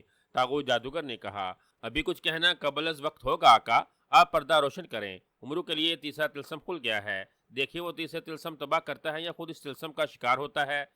شیش بونے نے بات ٹالتے ہوئے کہا۔ طاغوت جادوگر چند لمحے اس کی طرف دیکھتا رہا، پھر اس نے سر جھٹک کر سیاہ پردے پر پھونک ماری، پردے پر بجلی کسی لہریں چمکی اور پردہ ایک بار پھر روشن ہو گیا۔ تیسرا تلسم پہلے 2 تلسموں سے زیادہ بڑا اور خوفناک تھا۔ عمرو اب ایک کھلے میدان میں موجود تھا، اس کے سامنے ایک بہت بڑی جھیل تھی، جھیل میں سے سیاہ رنگ کے بڑے بڑے اور خوفناک مچھر تیرتے دکھائی دے رہے تھے۔ ان مگرمچھوں کی تعداد بے حد زیادہ تھی، ان میں سے بے شمار مگرمچھ جھیل کے کنارے پر موجود تھے اور آہستہ آہستہ عمرو کی طرف بڑھ رہے تھے۔ عمرو میدان میں جھیل سے خاصا دور کھڑا تھا، کمرے کی چھت گرتی دیکھ کر وہ زوردار چھلانگ مار کر دوسری طرف آ گیا تھا اور اس کمرے سے نکلتے ہی وہ اس میدان میں پہنچ گیا تھا۔ شیش بونے کی آواز نے اسے بتا دیا تھا کہ اس تلسم کے سیاہ مگرمچھ اس پر حملہ کریں گے اور اس کے ٹکڑے ٹکڑے کر کر کھا جائیں گے۔ کیا سوچ رہے ہو عمرو یار؟ اس کے دماغ میں شہزادی سورنگ پری کی آواز سنائی دی۔ جو بھی سوچ رہا ہوں اپنے دماغ میں سوچ رہا ہوں، اور تم میرے دماغ میں ہی موجود ہو، کیا تمہیں نہیں معلوم میں کیا سوچ رہا ہوں؟ عمرو نے کہا، وہ ان مگرمچھوں سے بچنے اور تیسرے طلسم کو تباہ کرنے کے بارے میں ہی سوچ رہا تھا۔ اس کی بات سن کر شہزادی سورنگ پری ہنس پڑی۔ یہاں میری جان پر بنی ہوئی ہے اور تم ہنس رہی ہو، فوراً اس طلسم کا راز بتاؤ۔ امرو نے منہ بنا کر کہا، یہاں 1000 خونخوار سیاہ مگرمچھ موجود ہیں امرو یار۔ شہزادی سورنگ پری نے کہا، 1000؟ امرو نے بکھلا کر کہا، ہاں، اور تمہیں ان سب سیاہ مگرمچھوں کو ایک ساتھ ہلاک کرنا ہے۔ شہزادی سورنگ پری نے کہا، ایک ساتھ 1000 سیاہ مگرمچھوں کو ہلاک کرنا ہے؟ یہ کیسے ہوگا؟ ایک ساتھ 1000 مگرمچھوں کو بھلا کیسے مار سکتا ہوں؟ امرو نے حیرت بھرے لہجے میں کہا، ان سیاہ مگرمچھوں کا ایک سردار ہے، سیاہ مگرمچھ سردار۔ دوسرے مگرمچھوں سے اسے ایک مگرمچھ میں ایک فرق ہے۔ تم اس فرق کو تلاش کر کے اسے ہلاک کر دو تو باقی سب مگرمچھ خود بخود ہلاک ہو جائیں گے۔ شہزادی سورنگ پری نے کہا، او تو اب 1000 مگرمچھوں میں مجھے پہلے ان سردار مگرمچھ کو تلاش کرنا پڑے گا؟ امرو نے چونک کر کہا، ہاں۔ شہزادی سورنگ پری نے کہا، مگر ان مگرمچھوں کی تعداد تم 1000 بتا رہی ہو، میں ان مگرمچھوں میں سردار مگرمچھ کو کیسے تلاش کروں گا؟ سردار مگرمچھ کو تلاش کرتے ہوئے دوسرے مگرمچھ مجھ پر ٹوٹ پڑیں گے۔ امرو نے کہا، تو وہ تمہاری بوٹیاں اڑا دیں گے۔ شہزادی سورنگ پری نے ہنس کر کہا، میں مذاق نہیں کر رہا، سردار مگرمچھ کو تلاش کرنے میں ظاہر ہے مجھے وقت لگے گا۔ امرو نے کہا، مگرمچھ زمین پر رہ کر حملہ کرتے ہیں، وہ ہوا میں پرندوں کی طرح اڑ نہیں سکتے۔ عقل استعمال کر کے تم ان مگرمچھوں سے بچ سکتے ہو اور سردار مگرمچھ کو تلاش کر کے اسے ہلاک بھی کر سکتے ہو۔ شہزادی سورنگ پری نے کہا، او اب سمجھا، تم چاہتی ہو کہ میں ہوا میں بلند ہو کر خود کو ان مگرمچھوں سے بچاؤں اور اوپر سے ان مگرمچھوں میں سے ان کے سردار کو تلاش کروں۔ امرو نے چونک کر کہا، اس سے آسان اور کوئی طریقہ ہے تو وہ بھی آزما لو، میرا کام تو تمہیں مشورہ دینا ہے، عمل کرنا تمہارے اختیار میں ہے۔ شہزادی سورنگ پری نے کہا، او نہیں، اس سے اچھا طریقہ اور کیا ہو سکتا ہے؟ واقعی اگر میں ہوا میں بلند ہو جاؤں تو سیاہ مگرمچھ مجھ پر حملہ نہیں کر سکیں گے اور میں ان کے سردار کو بھی تلاش کر لوں گا۔ امرو نے کہا، جھیل سے سیاہ مگرمچھ نکل کر اس کے اب کافی قریب آ گئے تھے۔ اس سے پہلے کہ وہ امرو کے نزدیک آ کر اس پر حملہ کرتے، امرو سنہری جوتیوں کی مدد سے فوراً ہوا میں بلند ہو گیا۔ اسے ہوا میں بلند ہوتا دیکھ کر مگرمچھ بڑے بڑے منہ کھول کر زور زور سے چنگاڑنے لگے۔ امرو ہوا میں بلند ہو کر ان مگرمچھوں کے اوپر اڑنا شروع ہو گیا۔ وہ ان مگرمچھوں کو غور سے دیکھ رہا تھا۔ مگرمچھ تقریباً ایک ہی جیسے نظر آ رہے تھے۔ وہ سر اٹھائے لمبے لمبے دانتوں والے منہ کھول کر اس کی طرف دیکھ رہے تھے۔ ان کی تیز چنگاڑیوں سے ماحول گونج رہا تھا، جیسے اپنا شکار ہاتھوں سے نکلتا دیکھ کر انہیں غصہ آ رہا تھا۔ سارا میدان ان سیاہ مگرمچھوں سے بھر گیا تھا۔ جھیل سے سارے مگرمچھ نکل کر باہر آ گئے تھے۔ امرو اڑتا ہوا جس طرف جاتا وہ اسی طرف دوڑنا شروع کر دیتے۔ ان میں سے کچھ مگرمچھوں نے اچھل اچھل کر بھی امرو کو پکڑنے کی کوشش کی تھی، مگر امرو ان کی پہنچ سے کافی اوپر تھا۔ امرو کافی دیر تک ان مگرمچھوں کے اوپر اڑتا ہوا انہیں دیکھتا رہا۔ پھر ان میں سے ایک مگرمچھ سے ایسا نظر آیا جس کی ایک آنکھ تھی، اس کی دوسری آنکھ پھوٹی ہوئی تھی۔ اس کے علاوہ اس مگرمچھ کا جسم دوسرے مگرمچھوں سے کہیں بڑا تھا۔ امرو نے ایک بار پھر باقی مگرمچھوں کو غور سے دیکھا، مگر دوسرے کسی مگرمچھ میں اسے کوئی فرق نظر نہ آیا، جس پر اسے یقین ہو گیا کہ اکلوتی آنکھ والا مگرمچھ ہی ان دوسرے سیاہ مگرمچھوں کا سردار ہو سکتا ہے۔ اب اس سیاہ مگرمچھ کو ہلاک کرنے کا مسئلہ تھا۔ اگر امرو تلوار لے کر اس سردار مگرمچھ کو ہلاک کرنے نیچے جاتا تو دوسرے مگرمچھ فوراً اس پر ٹوٹ پڑتے۔ کچھ دیر امرو سوچتا رہا، پھر اس نے اس سردار مگرمچھ کو ہلاک کرنے کی ایک ترکیب سمجھ میں آ گئی۔ وہ سردار مگرمچھ کے عین اوپر آ کر رک گیا۔ سردار مگرمچھ بڑا سا منہ کھولے خوفناک انداز میں اسے گور رہا تھا۔ امرو نے زنبیل سے سرخ رنگ کی ایک گیند نکال لی۔ یہ شیشے کی گیند تھی جس کے اندر آگ بھری ہوئی تھی۔ شیشے کی اس گیند سے خوفناک دھماکہ ہوتا تھا۔ امرو اگر اس گیند کو کسی چٹان پر مارتا تو دھماکے سے اس چٹان کے پرخاشے اڑ سکتے تھے۔ اس نے سردار مگرمچھ کو اس دھماکے والی گیند سے ہلاک کرنے کا سوچا تھا۔ چنانچہ اس نے ایک آنکھ والے سردار مگرمچھ کے منہ کا نشانہ لے کر سرخ گیند پھینک دی۔ گیند سیدھی سردار مگرمچھ کے کھلے ہوئے منہ سے اس کے حلق میں چلی گئی۔ یوں ہی گیند سردار مگرمچھ کے منہ میں گئی۔ امرو تیزی سے ہوا میں بلند ہوتا چلا گیا۔ سرخ گیند سے ہونے والا دھماکہ بے حد شدید ہونا تھا۔ دھماکے سے سردار مگرمچھ کے پرخاشے اٹھ جاتے اور امرو بھی اس دھماکے کی زد میں آ سکتا تھا، اسی لیے وہ فوراً اوپر اٹھتا چلا گیا تھا۔ ابھی وہ تھوڑا ہی اوپر گیا تھا کہ اچانک ایک ہولناک دھماکہ ہوا۔ اس نے سردار مگرمچھ کے ٹکڑے اڑا دیے۔ سردار مگرمچھ کے جسم میں جیسے آگ کا ایک فوارہ سا پھوٹ پڑا تھا، جو ہوا میں بلند ہو کر کسی چھتری کی طرح چاروں جانب پھیل گیا تھا۔ جیسے سردار مگرمچھ ہلاک ہوا، امرو نے دوسرے مگرمچھوں کو بری طرح سے تڑپتا دیکھا۔ سارے سیاہ مگرمچھ بری طرح سے تڑپتے ہوئے زمین پر لوٹ پوٹ ہو رہے تھے۔ پھر دیکھتے ہی دیکھتے وہ سب ساکت ہوتے چلے گئے۔ پھر اچانک مگرمچھوں کو آگ لگ گئی اور وہ سب خشک لکڑیوں کی طرح جلنا شروع ہو گئے۔ آگ نے جلد ہی ان تمام مگرمچھوں کو جلا دیا تھا۔ چند ہی لمحوں میں وہاں جلے ہوئے مگرمچھوں سے دھواں نکلنے لگا اور پھر وہاں سے جلے ہوئے مگرمچھ غائب ہوتے چلے گئے۔ سیاہ مگرمچھوں کے ساتھ وہاں موجود جھیل بھی غائب ہو گئی تھی۔ اسی لمحے امرو کی آنکھوں کے سامنے تیز روشنی سی لہرائی اور امرو کی آنکھیں چندیا گئیں۔ اس نے فوراً آنکھیں بند کر لیں۔ امرو زمین پر چلے جاؤ۔ اس سے شہزادی سورنگ پری کی آواز سنائی دی تو امرو نے سنہری چپنوں کو حکم دیا کہ اسے زمین پر لے جائیں۔ چند لمحوں بعد وہ زمین پر کھڑا تھا۔ زمین پر آتے ہی اس نے آنکھیں کھول دیں۔ آنکھیں کھولتے ہوئے اسے بدلا ہوا منظر نظر آیا۔ اب وہ اس میدان کے بجائے ایک جنگل میں کھڑا تھا۔ جنگل میں ہر طرف درخت ہی درخت تھے اور ان درختوں پر بڑے بڑے پنجرے لٹکے دکھائی دے رہے تھے۔ امرو نے ان پنجروں کو دیکھا تو حیرت سے اس کی آنکھیں پھٹی کی پھٹی رہ گئیں۔ ان پنجروں میں اسے اپنی شکل و صورت والے انسان قید دکھائی دے رہے تھے۔ ان انسانوں کی شکلیں نہ صرف امرو جیسی تھیں بلکہ انہوں نے امرو جیسے ہی لباس پہن رکھے تھے اور ان کے سروں پر زرد پگڑیاں بندھی ہوئی تھیں۔ یہی نہیں کہ ہر پنجرے میں امرو کے ہم شکل کے کاندھے پر ویسے ہی زنبیل لٹکتی ہوئی دکھائی دے رہی تھی جیسی امرو کے پاس تھی۔ وہاں موجود ہر درخت پر چار چار پنجرے لٹک رہے تھے اور ان تمام پنجروں میں ہی امرو دکھائی دے رہا تھا، جو پنجروں کی سلاخیں پکڑے بڑی اداسی سے امرو کی طرف دیکھ رہے تھے۔ اتنے امرو یار، امرو کے منہ سے بے اختیار نکلا، یہ سب نقلی امرو یار ہے۔ شہزادی سورم پری کی اسے آواز سنائی دی۔ وہ تو مجھے بھی معلوم ہے کہ یہ سب نقلی امرو یار ہیں، مگر ان پنجروں میں میرے ہم شکل امرو یاروں کو کیوں بند کیا گیا ہے؟ امرو نے حیرت بھرے لہجے میں کہا۔ تاغو جادوگر نے اس سلسلے میں تمہاری انوکھی موت کا انتظام کر رکھا ہے امرو یار۔ اس جنگل میں 100 پنجرے ہیں اور ہر پنجرے میں ایک ایک امرو کو بند کیا گیا ہے۔ تمہیں ایک ایک کر کے ان پنجروں میں بند امرو یاروں کو ہلاک کرنا ہوگا۔ ان میں سے 99 امرو محض جادوئی پتلے ہیں، مگر ان میں ایک ایسا پتلا ہے جسے تم نے ہلاک کر دیا تو اس کے ساتھ تم خود بھی ہلاک ہو جاؤ گے۔ شہزادی سورنگ پری نے کہا۔ پتلے کے ہلاک ہونے میں بھی ہلاک ہو جاؤں گا؟ وہ کیوں؟ امرو نے چونک کر کہا۔ اس 100ویں پتلے پر تاغو جادوگر نے ایک ایسا جادو کر رکھا ہے جس پر کیے جانے والا وار الٹ کر تم پر آ جائے گا اور اپنے وار سے تم بچ نہیں سکو گے اور فوراً ہلاک ہو جاؤ گے۔ یہ سمجھ لو کہ ان 100 پتلوں میں سے ایک پتلے میں تمہاری جان ہے، اسی لیے تمہیں 99 امرو یاروں کو ہلاک کر کے اپنے اس پتلے کی جان بچانی ہے جس میں تمہاری جان ہے۔ اگر تم نے غلطی سے اس پتلے پر وار کر دیا جس میں تمہاری جان، تو پھر تمہیں ہلاک ہونے سے کوئی نہیں بچا سکے گا، شہزادی سورنگ پری نے کہا، اور اس کی بات سن کر امرو حیرت زدہ ہو کر رہ گیا۔ تاغو جادوگر نے چوتھا طلسم واقعی بہت حیرت انگیز، انوکھا اور انتہائی خوفناک بنایا تھا۔ اس طلسم میں اس کے 100 ہم شکل پتلے تھے، جن میں سے ایک پتلے میں اس کی جان تھی۔ اسے 99 ہم شکل امرو یاروں کو ہلاک کر کے آخر میں اس پتلے کو زندہ رکھنا تھا جس میں اس کی جان تھی۔ یہ کیسا عجیب و غریب طلسم ہے؟ مجھے بھلا کیسے معلوم ہوگا کہ ان میں وہ کون سا پتلا ہے جس میں میری جان ہے؟ امرو نے حیرت کے سمندر میں غوطے کھاتے ہوئے کہا۔ سارے پتلے ہو بہو تم جیسے ہیں امرو یار، ان کے سر، منہ اور لباسوں میں کوئی فرق نہیں، مگر جس پتلے میں تمہاری جان ہے یا اسے مارنے سے تم ہلاک ہو سکتے ہو تو اس میں ایک فرق تمہیں آسانی سے دکھائی دے جائے گا۔ بس اس پتلے کو ہلاک نہ کرنا، باقی سب کو ہلاک کر دینا، شہزادی سورنگ پری نے کہا۔ اس سے پہلے کہ امرو کچھ کہتا، اچانک اسے شیش بونے کی گرجدار آواز سنائی دی۔ تم چوتھے طلسم میں آ پہنچے ہو امرو یار۔ یہ طلسم تمہارے ہم شکل پتلوں کا ہے۔ تم چونکہ اپنی ذہانت اور چلاکی سے 3 بڑے طلسم تباہ کر چکے ہو، اس لیے تمہارے لیے چوتھا طلسم آسان کر دیا گیا ہے۔ تمہیں یہاں ایک کمان اور 100 تیروں سے بھرا ہوا ایک ترکش دیا جائے گا۔ ان تیروں سے تمہیں ایک ایک امرو کو نشانہ بنانا ہے۔ تمہارا تیر پنجروں میں بند امرو عیاروں کو لگنا چاہیے۔ جس امرو کو تم تیر مارو گے وہ ایک لمحے میں جل کر بزم ہو جائے گا۔ یہاں صرف تمہیں اپنے نشانے کی پختگی کا مظاہرہ کرنا ہے۔ اگر تمہارا نشانہ چوک گیا اور پنجروں میں بند کوئی امرو یار بچ گیا تو تمہاری موت اٹل ہو جائے گی۔ اس سلسلے میں تمہیں ایک رائے دی جا سکتی ہے، پنجروں میں بند امرو یاروں کو ہلاک کرتے ہوئے تمہارا ایک نشانہ چوک گیا تو اس کی تمہیں معافی مل جائے گی، مگر تمہارا دوسرا نشانہ چونکا تو تمہارا کھیل ختم ہو جائے گا۔ تمہیں ہر حال میں اس سلسلے کو ختم کرنے کے لیے 99 امرو یاروں کو ہلاک کرنا پڑے گا، شیش بونے نے کہا۔ وہ نہیں، اچھا طریقہ ہے احمق بنانے کا۔